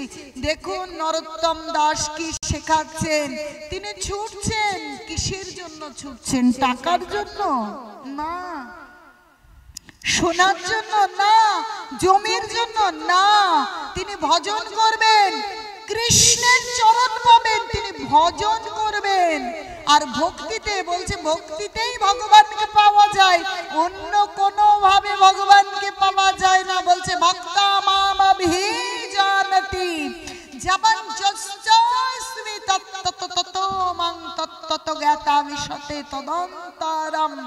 ভক্তি দিয়েই ভগবানকে জানা যায়, ভগবান কি, ভগবান কেমন, সেই আস্বাদন পাওয়া যায়। তাই নরোত্তম দাস ঠাকুর আজ ছুটছেন ভগবানের চরণ, বৃন্দাবন পাবেন বলে, সেই ধামে গিয়ে ভজনা করবেন বলে।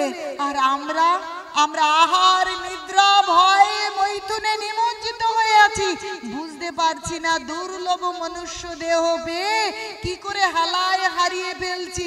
বলছে দুর্লভ মনুষ্য দেহ পাইয়া কি করো, ভাবনা কেহ এবে না ভজিলে যশোদা সুত চরণে পড়িবে লাজে। আমরা বুঝতে পারছি না, আমরা এত সুন্দর শরীর পেয়েছি কিন্তু গৌর ভজন করছি না। যখন এই শরীর ভেঙে যাবে, অন্য কোনো শরীরে তো আমরা ভগবানের ভজন করতে পারবো না, কিন্তু আমরা কিছুতেই বুঝতে পারছি না। কিন্তু নরোত্তম বুঝেছেন, তাই নরোত্তম ছুটেছেন কিসের জন্য? ভগবানের ভজনা করবেন, গোপী আনুগত্যে কৃষ্ণ প্রেম লাভ তো তিনি করেছেন, আরো তিনি ভজন করবেন গোপী ভাবে, তাই তিনি চলেছেন, তিনি ছুটেছেন। আবার তিনি স্বপ্ন দেখছেন। কখন এরকম ছুটতে ছুটতে যখন অচৈতন্য, যখন মানুষ ক্লান্ত অবসন্ন হয়ে পড়ে, তখন কি গাছতলায় বসলেই কি হয়? তন্দ্রা এসে যায়, তাই না? তো সেই রূপ যখন তন্দ্রা এসেছে, এই যে এখন গরমের দিন, যদি গ্রীষ্মে খানিকটা দৌড়ানো যায়, ঘামে রোদ্রে তৃষ্ণায় ক্লান্তিতে যেখানে পড়বে সেখানেই একটু তন্দ্রা আসবে। নরোত্তমের তন্দ্রা এসেছে, আর তন্দ্রা আসলে আবার স্বপ্ন যে কি তুমি যাও। সনাতন গোস্বামী আর রূপ গোস্বামী স্বপ্নে এসেছে, এসে বলছে ওহে নরোত্তম যাও, বৃন্দাবনে জীব গোস্বামী রয়েছে, যাও তুমি জীবের কাছে যাও, আর জীবের কাছে গিয়ে তার কৃপায় তুমি গোপী ভাবে ভজনা করো। তো নরোত্তম দাস ঠাকুর আবার স্বপ্নাদেশ পেয়ে আবার চলছেন। দেখুন মহাজন যেন কতস্য পন্থা, মহাজনরা আমাদের যেভাবে পথ দেখিয়েছেন সেইভাবেই ভগবানের ভজনা করতে হয়। নরোত্তম দাস ঠাকুর উন্নত ভক্ত, তিনি কৃষ্ণ প্রেম পেয়ে গেছেন পদ্মার কাছ থেকে, তাই স্বয়ং নিত্যানন্দ প্রভু স্বপ্নে আসছেন, স্বয়ং সনাতন গোস্বামী আসছেন, রূপ গোস্বামী আসছেন। কিন্তু আমাদের চিন্তা করতে হবে, আমাদের তো স্বপ্নে আসছে না, তাহলে আমরা কি করে ভজনা করব? আমাদের জন্য রূপ সনাতন ষড়গোস্বামীগণ পথ দেখিয়ে দিয়ে গিয়েছেন, লিপিবদ্ধ করেছেন, শাস্ত্র গ্রন্থ দিয়েছেন আমাদের, যে আমরা কি করে ভগবানের ভজনা করব, কি করে দুর্লভ মনুষ্য দেহকে সার্থক করব। তারা আমাদেরকে লিপিবদ্ধ করেছেন যাতে আমরা ভোগ ঐশ্বর্যতে নিমজ্জিত না থাকি। বলছে ভোগ ঐশ্বর্য প্রসক্তানাম তয়া অপরিত চেতসম ব্যবসায়াত্তিকা বুদ্ধি সমাধৌ ন বিধীয়তে। ভোগ ঐশ্বর্যে পরিপূর্ণ থাকলে তিনি ভগবানের ভজনে একনিষ্ঠতা লাভ করতে পারে না। তাই আমরা কি করে এই ভোগ ঐশ্বর্য রূপ মায়াজাল কাটিয়ে ভগবানের ভক্ত হব, সেই নির্দেশ মহাজনরা লিপিবদ্ধ করেছে। আমরা সেই শাস্ত্র গ্রন্থ অধ্যয়ন করলে বা সাধু মুখে শ্রবণ করলে আমরা জানতে পারবো, যেটা নরোত্তম দাস ঠাকুরকে স্বয়ং রূপ গোস্বামী সনাতন গোস্বামী নিজে স্বপ্নে এসে বলেছেন, নিত্যানন্দ প্রভু স্বপ্নে এসে বলেছেন। সত্যি সত্যি নরোত্তম দাস ঠাকুর আজ চলেছেন জীব গোস্বামীর কাছে, গেছেন জীব গোস্বামীর কাছে, গিয়ে তো চরণে পড়েছেন, গিয়ে বলছে প্রভু কৃপা করুন, কৃপা করে আমাকে চরণে আশ্রয় দিন, আশ্রয় দিয়ে আমাকে ভজন করবার শক্তি প্রদান করুন। আমি ভগবানের ভজনা করতে চাই, আমি গৌরের ভজনা করতে চাই, আমি গৌরের চরণে সমর্পিত হতে চাই, আমার জীবনের আর কোনো উদ্দেশ্য নাই। এইভাবে জীবের চরণে সমর্পিত হয়েছেন। জীব গোস্বামী বলছেন ওহে নরোত্তম মন দিয়ে শ্রবণ করো, আমি তো তোমাকে দীক্ষা দিতে পারবো না। প্রথমেই তোমার স্বপ্নে তুমি বলেছো রূপ গোস্বামী এবং সনাতন গোস্বামী আমার জ্যাঠামশাই দুইজন, তাতে আবার রূপ গোস্বামী আমার গুরুদেব, শুধু কিন্তু জীব গোস্বামী শুধু আমার জ্যাঠা নয়। তো আমার গুরুদেব যেখানে তোমাকে আগেই কৃপা করেছেন, সেখানে আমি তো তোমাকে দীক্ষা দিতে পারবো না নরোত্তম। তোমাকে আমার গুরুদেব তথা জ্যাঠাদের সমতুল্য কোন পরম বৈষ্ণবের থেকে তোমাকে দীক্ষা গ্রহণ করতে হবে। আমার কাছে তো আমি তো দিতে পারবো না নরোত্তম।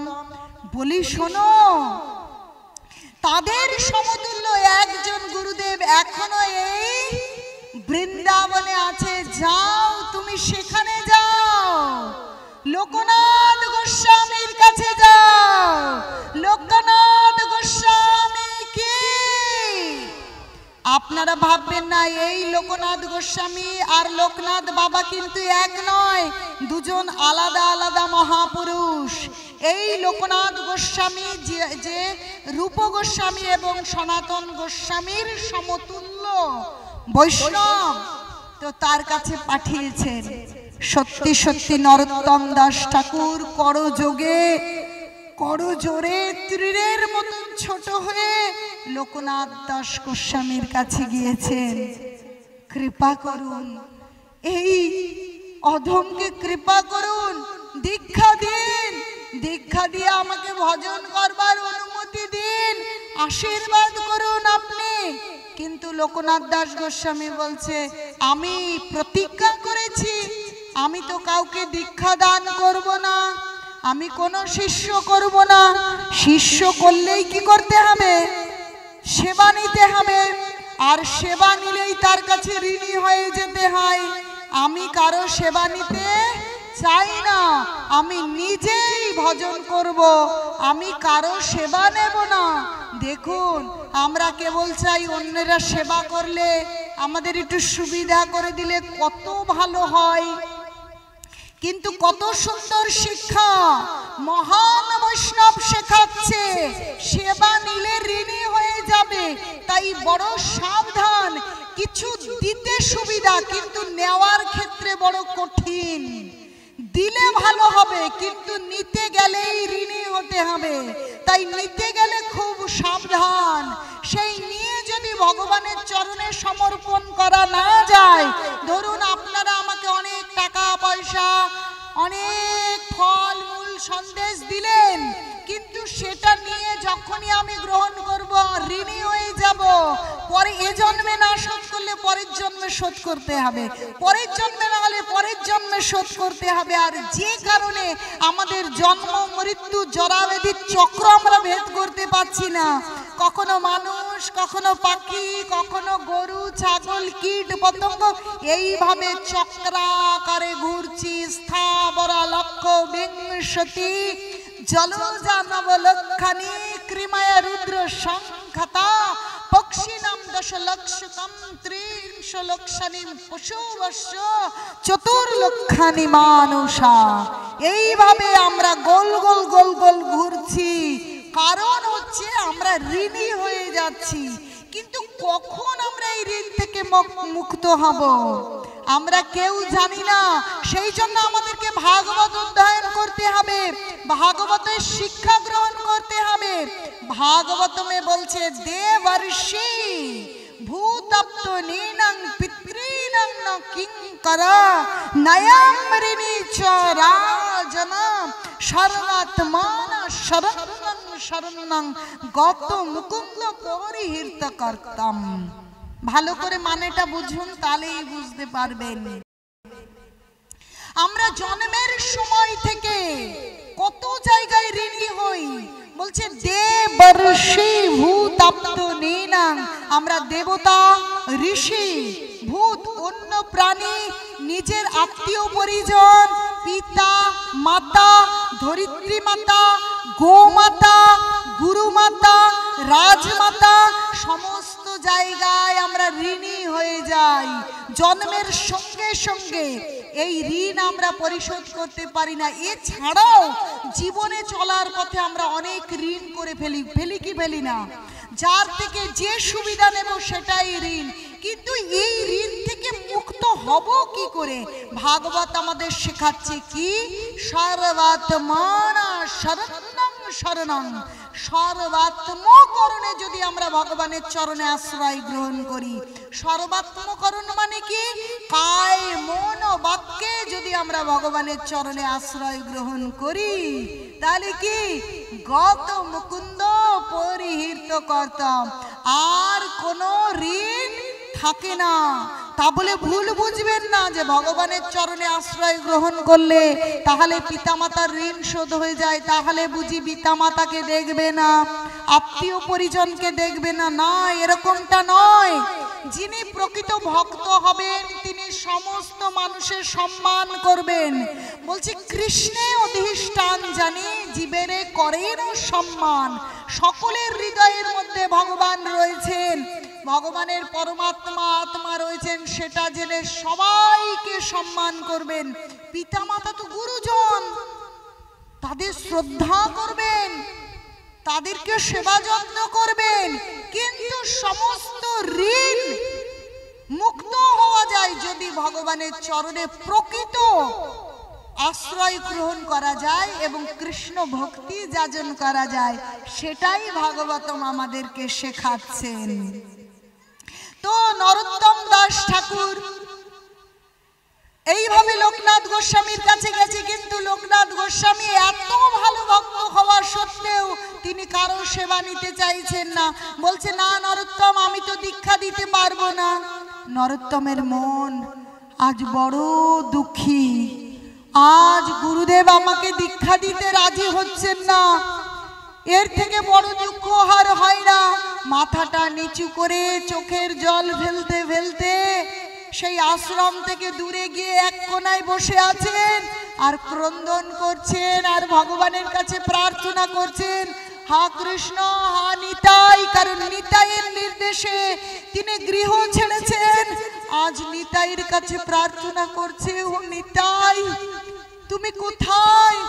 তুমি না আমাকে বলেছো এই বৃন্দাবনে এসে গোপী ভাবে ভজন করতে। আজ আমি ভজন করব। সদ্গুরু তো মাঝে সমতুল্য, মাঝে ছাড়া আমার এই নৌকা কি করে সঠিক গন্তব্যে পৌঁছবে? আর মাঝি আজ আমাকে তার নৌকায় জায়গায় দিচ্ছে না, আমি কোথায় যাব? আমি ভজন করব বলে সেই রাজপ্রাসাদ, পিতা মাতা, সমস্ত জড়জাগতিক সম্বন্ধ ছিন্ন করে আমি তোমার চরণে এসেছি। আমাকে কৃপা করো, আমাকে কৃপা করো। বলছে গীতায় 10ম অধ্যায়ে বলছে, তেষাং নিত্যাভিযুক্তানাং ভজতাং পিতি পূর্বকম দদামি বুদ্ধি যোগং তাং জানামামুপজান্তি তে। বলছে যিনি নিষ্ঠার সঙ্গে ভগবানের ভজনা করেন তাকে বুদ্ধি যোগ স্বয়ং কৃষ্ণ দান করেন। বলছে তেষাং নিত্যাভিযুক্তানাং ভজতাং প্রীতি পূর্বকং, যিনি প্রীতির সঙ্গে ভজনা করেন, দদামি আমি তাকে দান করি। কি? বুদ্ধি যোগ। আমি তাকে বুদ্ধি যোগ দান করি। তাই নরোত্তমকে আজ বুদ্ধি দান করছেন স্বয়ং অনাদির আদি গোবিন্দ কৃষ্ণ। তিনি বলছেন আমাকে গুরুদেব দীক্ষা দেন আর নাই দেন, আমি অপেক্ষায় থাকবো। আর যতটুকু আমার দ্বারা সম্ভব আমি গুরুদেবের সেবা করব। দেখুন, তিনি রাজার ছেলে, তিনি কিন্তু কোনো সামান্য বা সাধারণ গৃহস্থ নয়। আর ধনী লোক যদি এরকম হয় না আমাদের মধ্যে, ও আমার এত টাকা পয়সা আছে, গুরুদেব আমাকে দীক্ষা দিলেন না, গুরুদেবেরই ভাগ্য খারাপ। আমাকে যদি দীক্ষা দিতেন কত টাকা আমি প্রণামী দিয়ে দিতাম, ঠিক কি না? কিন্তু নরোত্তম দাস ঠাকুর দেখুন, আজ লোকনাথ স্বামী গুরু মহারাজ তিনি কিন্তু দীক্ষা দেননি। প্রকৃত গুরু কখনো টাকায় বিক্রি হয় না। তুমি ধনী না তুমি দরিদ্র সেই বিচার করবে না। গুরুর কাজ কিন্তু কারো আর্থিক উন্নতি, মেয়ের বিয়ে, রোগ সারানো নয়, তার পারমার্থিক কল্যাণ করা, আত্মিক উন্নতি করা। কিসে তার কৃষ্ণ ভক্তি বাড়বে সেই বিষয়ে নির্দেশনা দান করা। তার অর্থ সম্পদ, মেয়ের বিয়ে, শরীর খারাপ সেই বিষয়ে নয়। তো আজ নরোত্তম দাস ঠাকুর ক্রন্দন করছেন আর এরকম ভাবছেন আমি সেবা করব, আমি অপেক্ষা করব। যদি এ জীবনে না হয় আমি জন্ম জন্ম অপেক্ষা করব। কিন্তু আমাকে জীব গোস্বামী প্রভু আমাকে নির্দেশ দিয়েছেন লোকনাথ গোস্বামী আমার গুরুদেব হবেন। অতএব আমি ওনার চরণতল থেকে আমি কোথাও যাব না, কোথাও যাব না। তিনি গাইছেন শ্রী গুরু চরণ পদ্ম কেবল ভগতি সদ্ম বন্দ সাবধান মতে। চরণ পদ্ম কেবল ভগতি সদ্ম বন্দে সাবধান মতে। শ্রী গুরু চরণ পদ্ম কেবল ভগতি সদ্ম বন্দ সাবধান মতে। বন্দ সাবধান মতে।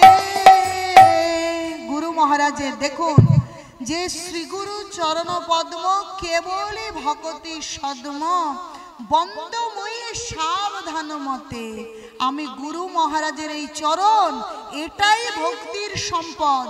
আমি এই চরণ সেবা করব সাবধানী হয়ে, আমার জীবনের আর কোনো উদ্দেশ্য নয়।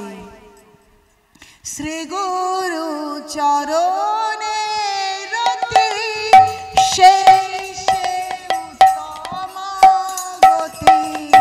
শ্রী গুরু চরণে রতি এই সেই উত্তম গতি। যে প্রসাদে পুরে সর্ব আশা। যে প্রসাদে পুরে সর্ব আশা। যে প্রসাদে পুরে সর্ব আশা। যে প্রসাদে পুরে সর্ব আশা। মানেটা ভালো করে বুঝুন। বলছে যে যে প্রসাদে পুরে সর্ব আশা, যে গুরু মহারাজের প্রসাদ মানে কৃপাই সমস্ত আশা পূরণ হবে। তাই নরোত্তম দাস ঠাকুর কি করছেন জানেন? লুকিয়ে লুকিয়ে লোকনাথ দাসের গুরুদেবের তিনি চরণ সেবা করছেন। কি করছেন? লোকনাথ স্বামী মহারাজ তিনি অনেক ভোরবেলা ওঠেন, ব্রাহ্ম মুহূর্তে উঠে নদীতে স্নান করতে যান, তারপর এসে ভজন করেন, স্নানের আগে বাহ্যকৃত করেন। তো যখন এইভাবে যান, স্নান করে উঠে এসে অনেক সময় মলমূত্রে পা পড়ে যায়, আবার তিনি স্নান করেন। বয়স হয়ে গেছে, তিনি এরকম করেন, বারবার স্নান করেন, উঠে আসেন। তো নরোত্তম এগুলো দেখেছেন। তো কি করছেন? যখন লোকনাথ গুরু মহারাজ ওই স্নান করতে যান বাহ্য করে, তখন নরোত্তম দাস ঠাকুর নিজে হাতে সেই সমস্ত কিছু পরিষ্কার করে সেই জায়গাটা সুন্দর করে লেপে দেন। আবার তিনি যে বন থেকে ফুল নিয়ে এসে পুজো করেন, সেই ফুলগুলো এনে তিনি আগেই তার কুটিরে সাজিয়ে রেখে দেন। তার জামা কাপড়গুলো তিনি তার অলক্ষ্যে, তার সামনে নয়, তার অলক্ষ্যে ধুয়ে সুন্দর করে মেলে রেখে দেন। এখন এই রূপ তার বাহ্যকৃত করতে গিয়ে কোনো সমস্যা হচ্ছে না, এটা দেখে লোকনাথ গোস্বামী ভাবছেন এটা কি করে সম্ভব? এত পরিষ্কার তো কখনো হয় না, সবসময় এগুলো এত সমস্যা দান করে। কিন্তু যদি কুকুর শেয়ালে খেয়ে যেত মলমূত্র, তাহলে এত সুন্দর পরিষ্কার তো হতো না, সুন্দর জায়গাটা নিকানো, এরকম হয় কি করে?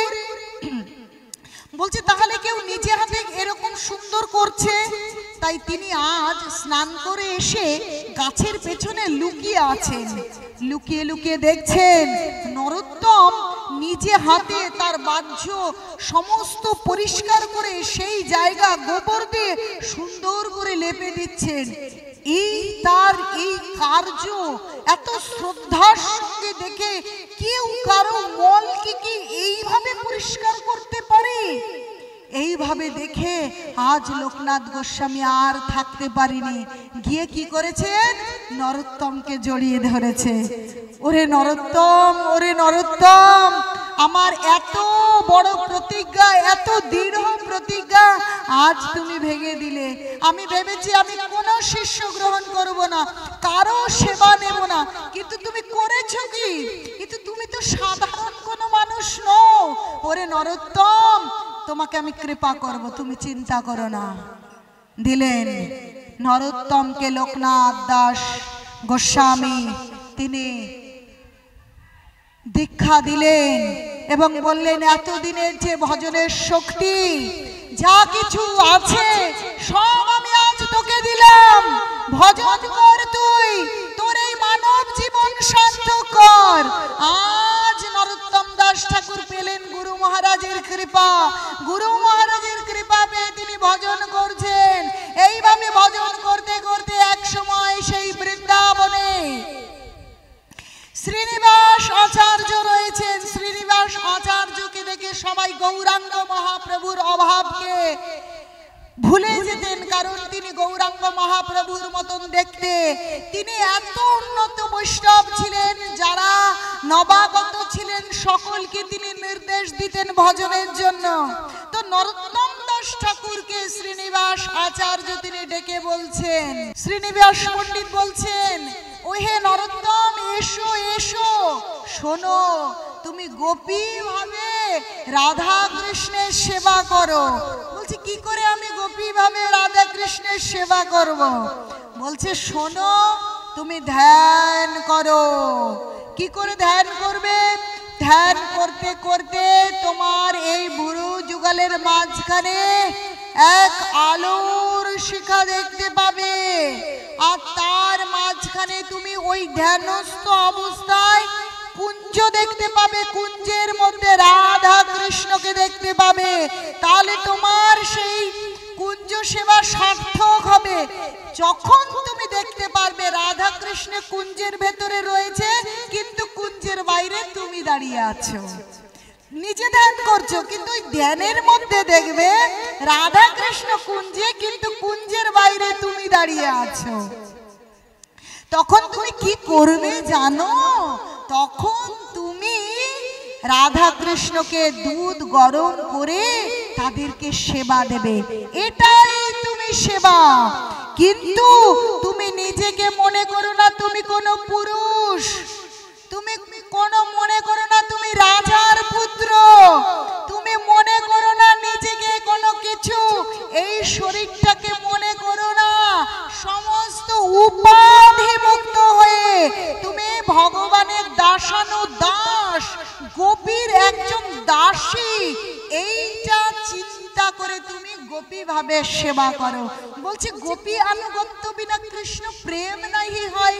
গোপীর তুমি দাসী, তাই তুমি রাজার পুত্র মনে করো না, তুমি ধনী নিজেকে মনে করো না। তাই দেখুন নির্দেশ দিচ্ছেন রূপ গোস্বামী পাদ, সর্বপাধি বিনির্মুক্ত তৎপরোত্তেন নির্মলম ঋষিকেন ঋষিকেশ সেবনং ভক্তির উচ্চতে। বলছে, সমস্ত উপাধি থেকে মুক্ত হও, সমস্ত উপাধি থেকে মুক্ত হয়ে তুমি যে আত্মা, এই উপরের উপাধি কি হয়? আমি হিন্দু, মুসলিম, খ্রিস্টান, জৈন, ব্রাহ্মণ, আমি রাজা, আমি দরিদ্র, আমি ধনী, আমি সুন্দরী, আমি কুৎসিত, এরকম অহংকার হয়। তাই বলছে এই উপাধি থেকে মুক্ত হয়ে যাও। আমি নারী না পুরুষ, স্বামী না স্ত্রী, ধনী না নির্ধন, ব্রাহ্মণ না ক্ষত্রিয়, এই পরিচয় নয়। জীবের স্বরূপ হয় কৃষ্ণের নিত্য দাস।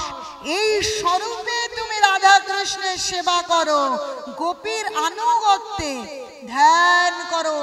কিন্তু আমরা এখনই ধ্যান করব না, ওই স্তরে উঠে ওনারা ধ্যানে ভগবানের সেবা দিতে পারেন। আমরা রান্না করে ভগবানের সেবা দেব। আমরা দুধ জাল দিয়ে দুধটাই তুলসী পাতা দিয়ে ভগবানকে নিবেদন করব, সুন্দর উপাদেয় রান্না করব, ভগবানের সেবা দেব। ফলটা, মিষ্টিটা, দইটা এনে তুলসী দিয়ে ভগবানকে নিবেদন করব। আমরা কিন্তু ওরকম মনে মনে সেবা করতে পারি না। না? কারা পারেন? পারেন ওই রকম উন্নত ভক্ত। সেটা কি রকম না বুঝিয়ে বললে বলবেন আমরাও তাহলে একটু মনে মনে করি। যারা ধরুন সবে সবে পড়াশুনো করছে তারা যদি মনে মনে পড়ে তাহলে কি হয়? মাস্টার কি বলবে, মা কি বলে ছোট্ট বাচ্চাকে, এই জোরে জোরে পড়, একটু উচ্চারণ করে বল, আপটা গাছে তোতা পাখি। যদি বলে কি মা আমি মনে মনে পড়ছি, হয়, কারণ বাচ্চা উচ্চারণ করতে করতেই তো পড়া শিখবে। যখন সেই বাচ্চাটাই এমএ এমএসসি পড়ছে তখন কি আর তাকে বলে মা যে তুমি উচ্চারণ করে করে পড়ো? বলে কি না? বলে না। তাহলে আমরা হলাম 1 2 3 4 এর বাচ্চা। আমরা যদি মাকে বলি আমরা মনে মনে করব, তা কি হয়? কিন্তু যিনি এমএ এমএসসি পড়ছে তিনি মনে মনে পড়বেন। তাই নরোত্তম দাস ঠাকুর, রূপ গোস্বামী পাদ, রঘুনাথ দাস গোস্বামী, এনারা হচ্ছেন এমএ এমএসসি পিএইচডি। আমরা হলাম সবে সবে গোল গোল বা অ আ এই পর্যায়ে। তাই আমাদের ওটা ভুল করা কিন্তু কর্তব্য নয়। আজ নরোত্তম দাস ঠাকুর ধ্যান করছেন, কেবল রাধা কৃষ্ণের চিন্তা করছেন। সমস্ত জড়জাগতিক চিন্তা ভাবনা তো ভুলে, আমি স্ত্রী না পুরুষ, নারী না পুরুষ, ধনী না দরিদ্র, সমস্ত কিছু ভুলে কেবল কৃষ্ণ, কেবল রাধা রানী, এইভাবে ধ্যান করতে করতে তিনি দেখছেন কুঞ্জ, কুঞ্জের ভেতরে রাধা কৃষ্ণ প্রেমলীলা চলছে। দেখতে দেখতে দেখছেন হ্যাঁ বাইরে তিনি দাঁড়িয়ে আছেন। দাঁড়িয়ে তাদেরকে দেখে আজ ধন্য নরোত্তম, আজ নরোত্তম সেই দ্বিভুজ মুরলী মনোহর শ্যাম সুন্দর আনন্দ ঘন রূপ বিগ্রহকে দেখছেন। পাশে কে? বংশী বাদন রত কৃষ্ণের পাশে শ্যামা রাধা রানী। বলছে সেই আনন্দ ভগবান ব্রজ বৃন্দাবন, বৃন্দাবনের যে বংশীধারী কৃষ্ণ তার আরাধনা করবার জন্য মহাজনেরা বলছেন সেই বংশীধারী কৃষ্ণ রাধা রানীকে আজ নরোত্তম দাস ঠাকুর দেখছেন কুঞ্জে। এখন বলেছে যে বাইরে তাকে দেখা যায় কিনা দেখতে, সত্যি সত্যি দেখছেন বাইরে নরোত্তম দাঁড়িয়ে আছে।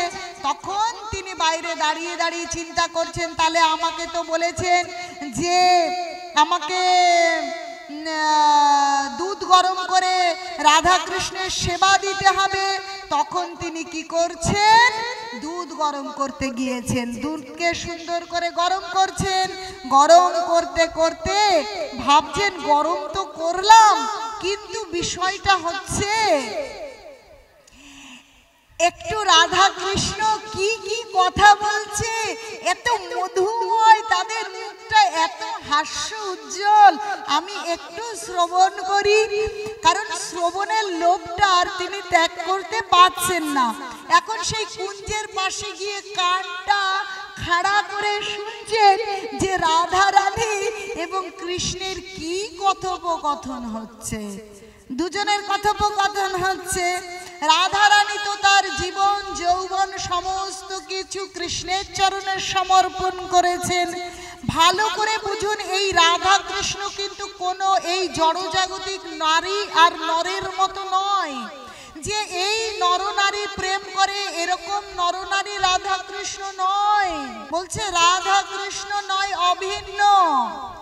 কৃষ্ণ আর রাধা রানী এনারা হচ্ছেন অপ্রাকৃত দেহ, নয় প্রাকৃত। তাদের প্রেমলীলা দিব্য অলৌকিক, সেটা আমরা যেমন এরকমটা নয়, তাই কখনো ভুল করা কর্তব্য নয়। কৃষ্ণ রাধা রানী প্রেম করেছে তাই আমরা ওরকম করব, এরকমটা কিন্তু কখনো ভুল করবেন না। তো আজ নরোত্তম দাস ঠাকুর কি করছেন? শ্রবণ করছেন যে রাধা রানী ভগবানের কাছে নিজেকে সমর্পণ করছেন, আর ভগবান রাধা রানীর হাস্য মুখোজ্জ্বল দেখতে চাইছে। ও রাধে, তুমি আমার কাছে এলে এরকম ক্রন্দনরত মুখটা নিয়ে কেন থাকো? সব সময় আমার কাছে এলেই চোখ দিয়ে কেবল জল পড়ে কেন তোমার? তোমার এই এই এই এই ক্রন্দনরত মুখ দেখতেই বুঝি আমি আসি, আমার বুঝি ভালো লাগে। তোমার হাস্যোজ্জ্বল মুখ দেখব, তবেই না আমার আনন্দ হবে। এইরূপ কথোপকথন হচ্ছে। এখন এই সব কথায় নরোত্তম দাস ঠাকুর এতই নিমজ্জিত হয়েছে যে দুধ ওদিকে উতলে পুড়ে যখন পোড়া গন্ধ বেরিয়েছে, হায় হায়, তখন তার চেতনা এসেছে। চেতনা কিন্তু ধ্যানে, এমনিতে নয়, কিন্তু তিনি ধ্যানের মধ্যে কিন্তু দুধ গরম করছিলেন। ভালো করে চিন্তা করুন। এখন দৌড়ে গিয়ে, মানে ধ্যানের মধ্যেই দৌড়ে গিয়ে দুধটা নামাতে গেছে, পুড়ে যাচ্ছে। এখন উতলে উতলে তো পুরো দুধটাই পুড়ে যাবে, তাহলে আর রাধা কৃষ্ণের সেবা দেওয়া হবে না, তাহলে তো মহান বৈষ্ণবের নির্দেশ অমান্য করা হয়ে যাবে। এখন ওই গরম দুধটা ধরে নামাতে গিয়ে হাত পুড়ে গেছে। তো ওইভাবে তো সেদিন সমাধি ভেঙে গেছে, ধ্যান হয়ে গেছে। এখন তিনি এসে বলছেন প্রভু প্রভু, কিন্তু প্রভুর কাছে এসে হাত লুকিয়ে রেখেছে। তখন প্রভু বলছেন, শ্রীনিবাস আচার্য বলছেন, কি ব্যাপার, কি ব্যাপার, তুমি হাত লুকিয়ে রাখছো কেন? দেখি দেখি। কিন্তু তিনি তো সবই জানেন। ভগবানের উন্নত ভক্ত এমন নয় তিনি কিছু জানেন না। দেখি নরোত্তম, দেখি হাত গুছিয়ে রেখেছো কেন, কি লুকোচ্ছ, দেখাও আমাকে। তখন হাতটা যখন এরকম করেছে, তখন দেখছে হাতটা পুড়ে গদগদে হয়ে গিয়েছে। বলছে, প্রভু প্রভু, আমায় ক্ষমা করুন, আপনি আমাকে গোপীভাবে ভগবানের সেবা করতে বলেছিলেন, কিন্তু আমি অধম, আমি সেবা করতে পারিনি। আপনি বলেছেন দুধ গরম করে রাধা কৃষ্ণের সেবা দিতে, আর আমি রাধা কৃষ্ণের কথোপকথন শ্রবণ করতে গিয়ে আমি সব ভুলে গেছি। আমি অধম, আমার দ্বারা সেবা টেবা কিচ্ছু হবে না, আমি পাপী, এইভাবে নিজেকে নিজে ধিক্কার দিচ্ছে। বলছে, ওই হে নরোত্তম, তুমি অধম নয়, তুমি নরের উত্তম, তুমি নরোত্তম। এতদিন তো কত ভক্তকে আমি রাধা কৃষ্ণকে গোপী ভাবে সেবা করতে বলেছি, কই তারা তো করতে পারিনি, তারা তো হাত পুড়িয়ে নিতে পারিনি। চিন্তা করে দেখুন, সমাধির মধ্যে দুধ জাল দিচ্ছে, ধ্যানের মধ্যে দুধ জাল দিচ্ছে, আর সেই দুধের পাত্র নামাতে গিয়ে হাত পুড়ে গেছে। ভাবতে পারছেন যে কত উন্নত ভক্ত, ধ্যানটা কেমন ধ্যান। তো কত বড় শ্রেষ্ঠ এই নরোত্তম দাস ঠাকুর, তিনি ভজন শিখেছিলেন। তো তাকে তানসেনের যে গুরুদেব হরিদাসের কাছে তিনি এই ভজন শিখেছিলেন। এখান থেকে পশ্চিমবঙ্গ থেকে গোবিন্দ দাস পদ লিখে পাঠাতেন, আর ওখানে তিনি উচ্চাঙ্গ শিখেছিলেন সেই তানসেনের গুরুর কাছে। তিনি এমন সব পদ লিখেছিলেন, এই যে আমরা এত গান করি, গুরু বন্দনা গাই, আর কত গান গাই, কি হরি বলবো আর মদন মোহন হেরিব গো, সমস্ত ভজনগুলো কার লেখা? নরোত্তম দাস ঠাকুরের। অজস্র ভজন লিখেছেন আমাদের জন্য। এই মহাজনরা কখনো নিজেদের জন্য লেখে না। বলছে, গোরা বহু না বুঝিয়া মইনু, নরোত্তম দাস ঠাকুর লিখেছেন, কিন্তু কাদের জন্য? আমাদের জন্য লিখেছেন। তিনি কি ভজনা করতে পারেনি? বলছে, অধনে যতন করি ধন ত্যাগিনু, মানে তিনি কি অধনে যতন করেছিলেন? তিনি তার সম্পদ, রাজপ্রাসাদ, রাজ্য সব কিছু ছেড়ে ভগবানের চরণে আশ্রয় নিয়েছিলেন। তাহলে তিনি তো অধন ত্যাগ করেছিলেন, তিনি তো ধন ত্যাগ করে অধনে যত্ন করেননি। তাহলে তিনি গানটা কার জন্য লিখছেন? এটা বুঝতে হবে, তিনি গানটা লিখছেন আমাদের জন্য। মহাজন বলছে, মহান্তের স্বভাবেই তারিতে পামর নিজ কাজ নাই তবু জান পর ঘর। তিনি মহান, তিনি এত বড় মহান ছিলেন যে আমাদের দ্বারে দ্বারে তার গানগুলো পৌঁছে দিয়েছেন, তার ভজনগুলো। সরলভাবে কৃষ্ণ ভজন কি করে করা যায় সেটা তিনি লিপিবদ্ধ করে আমাদের জন্য রেখে গিয়েছেন।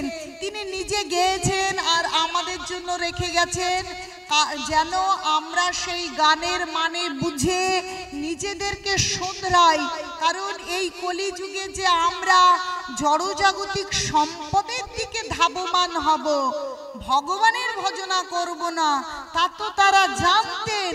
তাই তারা এইভাবে ভজন লিপিবদ্ধ করে আমাদের শিখিয়ে গেছেন যে আমরা কি করে ভজন করব।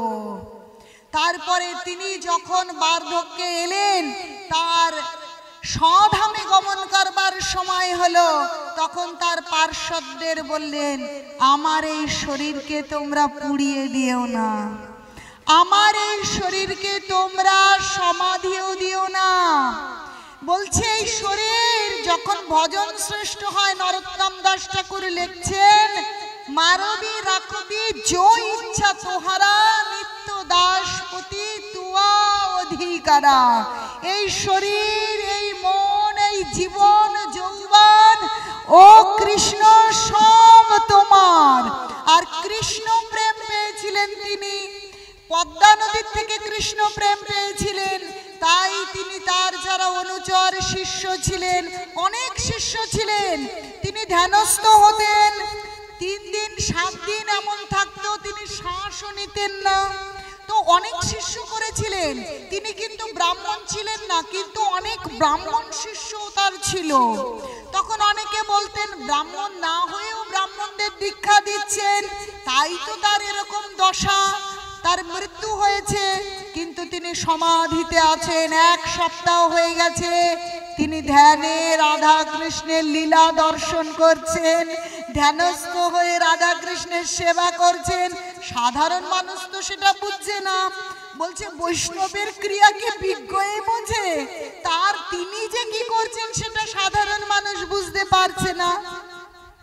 যখন তাকে এইভাবে সাধারণ মানুষ নিন্দা করছে, তখন তার শিষ্য সামন্ত বলছেন, প্রভু কৃপা করুন। জোরে জোরে তারা হরিনাম করে তাকে ধ্যান থেকে ভাঙাতেন, প্রভু কৃপা করুন, আপনি চেতনায় আসুন। সবাই এরকম বলছে, এইভাবে তিনি ভগবানের সেবা করতেন। তো যখন তিনি চলে যাবেন, আর এখানে থাকবেন না, তখন তার শিষ্যদের বলছে, ওহে বৎস, তোমরা আমাকে পুড়িয়ে দিও না, এ শরীর পোড়ানোর বস্তু নয়, তোমরা সমাধি দিও না আমাকে। এই শরীরটা আমি যেদিন চলে যাব, তোমরা ওই গঙ্গা, ওই পদ্মায় ভাসিয়ে দিও। কেন?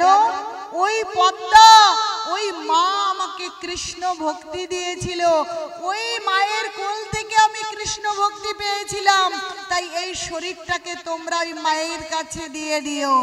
তো যেদিন নরোত্তম দাস ঠাকুর চলে গেলেন, তার শরীরকে পদ্মার জলে ভাসিয়ে দেওয়া হলো।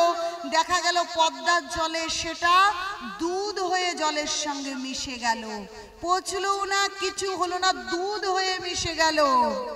আমরা বুঝতে পারি না, আমরা ভজন করি না, আমরা কেবল শরীরের বাহ্যিক শরীরের সৌন্দর্য নিয়ে, এগুলো ঘষা মাজা নিয়ে ব্যস্ত থাকি। কিন্তু আসলে এই অন্তর আত্মতত্ত্ব জ্ঞান নিয়ে প্রকৃত ভক্তি করা কর্তব্য এই মনুষ্য শরীর পেলে। কারণ এই মনুষ্য দেহ দুর্লভ, অনেক জীবন পর পেয়েছি। স্থাবর লক্ষ বিংশতি জলজা নবলক্ষানি ক্রিমায়া রুদ্র সংখ্যাতা পক্ষিনাম 10 লক্ষকম 30 লক্ষানি পশু বর্ষ 4 লক্ষানি মানুষা। 80 লক্ষ জীবন ভ্রমণ করতে করতে আমরা মানব জীবন পেয়েছি। আজ মানব জীবন পেয়ে যদি আমরা ভগবানের ভজনা না করি, তাহলে তো এই জীবন বৃথা। আচ্ছা, আপনারা লুডো খেলা দেখেছেন? সাপ লুডো খেলা দেখেছেন? দেখেছেন কি হয়? গুটি চালতে চালতে একদম ফুট 3, 4, 6 ফেলতে ফেলতে ঘরে উঠবো, সেই সময় একটা বড় সাপ ছবল দিয়ে দিল, আর একেবারে লেজের গোড়ায়। ভালো করে ভাবুন, স্থাবর লক্ষ বিংশতি মানে 20 লক্ষ জীবন আমরা স্থাবর জঙ্গম মানে গাছপালা ছিলাম। জলজা নবলক্ষানি জলের প্রাণী ছিলাম 9 লক্ষ জীবন। কৃমায়া রুদ্র সংখ্যাতা কৃমিকীট ছিলাম 11 লক্ষ জীবন। 10 লক্ষকম পক্ষী নাম পাখিতে ছিলাম 10 লক্ষ। 30 লক্ষানি পশু বর্ষ 30 লক্ষ ছিলাম পশুতে। 4 লক্ষানি মানুষা। তাহলে এই মানব জীবনকে এত সহজে পেলাম। 80 লক্ষ জীবন ভ্রমণ করতে করতে ফুট 2 4 ফেলতে ফেলতে ফেলতে ঘরে উঠবো ঘরের কাছে এসে গেছি। মানে কি এই মানব জীবনে ভজন করলেই আপন আলোয় আপন ঘর কোথায়? ভগবানের ধাম, ভগবানের চরণে জায়গা পাবো। একদম ঘরে এসে গেছি। এই মানব শরীরে যে ভজনা করা যায় অন্য শরীরে করা যায় না, কিন্তু এখানে এসে না ভজিনু তোরে কি জানিয়া শুনিয়া বিষ খাইনু, ভজনা করলাম না। বলছে এই কাল খাইলি ও কাল খাইলি খাইলি আপন মাথা, না ভজন করলাম। তাহলে কি হলো? পশু পাখি কীট পতঙ্গ স্থাবর জঙ্গম লক্ষ লক্ষ জীবন পার করে মানব শরীর পেলাম। যখন ভজনা করে ভগবানের ধাম নিজ আলোয় ফিরে যাব, ঠিক ঘরে উঠব, তখন মায়া দিল কাল সর্প দিল খেয়ে। তার মানে আমাদের বুদ্ধি ভ্রষ্ট হয়ে সেই পশু পাখি জীবনে যেমন আহার নিদ্রা ভয় মৈথুন করে জীবন কাটাচ্ছিলাম, সেই খেলাম ঘুমালাম আর ডিম পারলাম, জীবন দিলাম শেষ করে। তাহলে কি ছবল দিয়ে দিল, আবার যাও লেজের গোড়ায়, হয় পশু নাই পাখি। কি জমাল অর্জুন সেই কুবেরের 2 পুত্র গাছ হয়েছিল তো, ইন্দ্রদুম্ন রাজা হাতি হয়েছিল তো, হয়েছিল। ভরত মহারাজ হরিণ হয়েছিল তো। তাহলে আমরা কিন্তু ভরত মহারাজ নই, ইন্দ্রদুম্ন রাজাও নই, আমরা কিন্তু স্বর্গের কোষাধ্যক্ষের পুত্রও নই। তাই এত সুন্দর মানব দেহ পেলাম, কিন্তু হরি ভজলাম না। তাহলে মায়া রূপ সর্প আমাদেরকে গ্রাস করলো, আর আমরা লেজের গোড়ায় চলে যাব। কি বুঝতে পারছেন কি? তাহলে আমাদের কি করতে হবে? কি করতে হবে? আমাদের ভগবানের ভজনা করতে হবে। কি করে ভজনা করবেন? এই জিহ্বা থেকে ভজনা শুরু হয়। এই জিহ্বায় আপনারা হরিনাম করুন। আপনারা কত ভালো ভক্ত, কারণ মায়ের কৃপা যাদের আছে তারা ভক্ত। প্রেম ভক্তি প্রদায়িনী তুলসী মহারানী কি নিতাই গৌর প্রেমানন্দে। এখন সেই মায়ের যাদের, মাকে যারা এরকম করে সেবা করেন, সেই ভক্তরা অনেক উন্নত। তাই আপনাদের ভক্তি জীবনকে আরো দ্রুত এগিয়ে নিয়ে যান। সকলে জপমালা সংগ্রহ করুন, ভগবানের নাম জপ করুন, তাহলে ভগবান এত সন্তুষ্ট হবেন। আর মায়ের সামনে হরিনাম করুন, মা আপনাদেরকে কৃপা করবেন আর ভগবানের চরণে আশ্রয় লাভ করতে পারবেন। তাই আপনারা ভগবানের নাম জপ করুন, জপমালা সংগ্রহ করে আজ থেকে শুরু করুন। আজকের দিনটা একটা বিশেষ দিন, বুদ্ধ পূর্ণিমা। এই মাসটাই একটা বিশেষ মাস, মাধব মাস। এই মাসে কত কিছু হয়েছে, আমার আরো কত কিছু বলতে ইচ্ছে করে, কিন্তু আপনারা নাকি রাত ছাড়া আসেন না, নালে তো আমি সেই 6টায় শুরু করতাম। আরো অনেক কিছু আমার বলতে ইচ্ছে করে, যে আর 2-3টে দিন বৈশাখ মাস রয়েছে, আপনারা এই 2-3টে দিন পালন করুন। আজকে এত সুন্দর মহতি দিনে আপনারা আজ থেকে ভগবানের নাম জপ করতে শুরু করুন, কারণ নাম থেকেই সর্বসিদ্ধি হবে। আমার আগে যে প্রভু এখানে পাঠ করছিলেন, আমি এসে শুনেছি, তিনিও বলেছেন হরের নাম হরের নাম হরের নাম কেবলম কলম নাস্তেব্য নাস্তেব্য নাস্তেব্য গতির অন্যথা। বলছে এই কলিযুগে হরিনাম ছাড়া গতি নেই, গতি নেই, গতি নেই, 3 সত্য করে বলছে। আবার গৌরাঙ্গ মহাপ্রভু বলছেন হরে কৃষ্ণ কৃষ্ণ কৃষ্ণ হরে হরে, হরে রাম রাম রাম হরে হরে। প্রভু কহে কহিলাম এই মহামন্ত্র ইহা জপ গিয়া করিয়া নির্বন্ধ, নাম হইতে সর্বসিদ্ধি হইবে সবার, সর্বক্ষণ বলইতে বিধি নাহি আর। তাহলে এইভাবে হরিনাম করতে হবে, আর কোনো বিধান নেই। এই হরিনামই আমাদেরকে আমাদের ঘরে পৌঁছে দেবে। আমাদের ঘর মানে চৈতন্য চরণ, সেই চৈতন্য চরণ লাভ করবার উপায় হচ্ছে হরিনামকে আশ্রয় করা। তাই বলছে আশ্রয় করিয়া ভজে তারে কৃষ্ণ নাহি তাজে, আর সব মরে অকারণ। আজ আমি আমার ভাগবত কথায় বিশ্রাম রাখছি। আরো আপনারা শুনলে বলবার ইচ্ছা, কিন্তু প্রকৃতি সায় দিচ্ছে না, তো বিশ্রাম রাখতে হবে। আপনাদের পায়ের ধুলো নিয়ে আমি হরি কথায় বিশ্রাম রাখছি। আপনাদের কৃপা পেলে আমি ধন্য হব এবং আমার ভক্তি জীবনকে আমি এগিয়ে নিয়ে যেতে পারবো। আমি কিন্তু কোনো পেশাদার পাঠক নই। যখন পড়াশুনো করছিলাম এবং শিক্ষকতা করছিলাম, তখন চৈতন্য চরিতামৃত এবং গীতার সান্নিধ্যে এসে আমার গীতা ভাগবতম অধ্যয়ন, ভক্তি জীবন শুরু, ইস্কন ভক্তদের সান্নিধ্যে আসা, আর শ্রী শ্রীমৎ জয় পতাকা স্বামী গুরু মহারাজের চরণে আশ্রয় পাওয়া। গুরু মহারাজের নির্দেশে আমি প্রচার করতে যাই, যে যেখান থেকে ডাকেন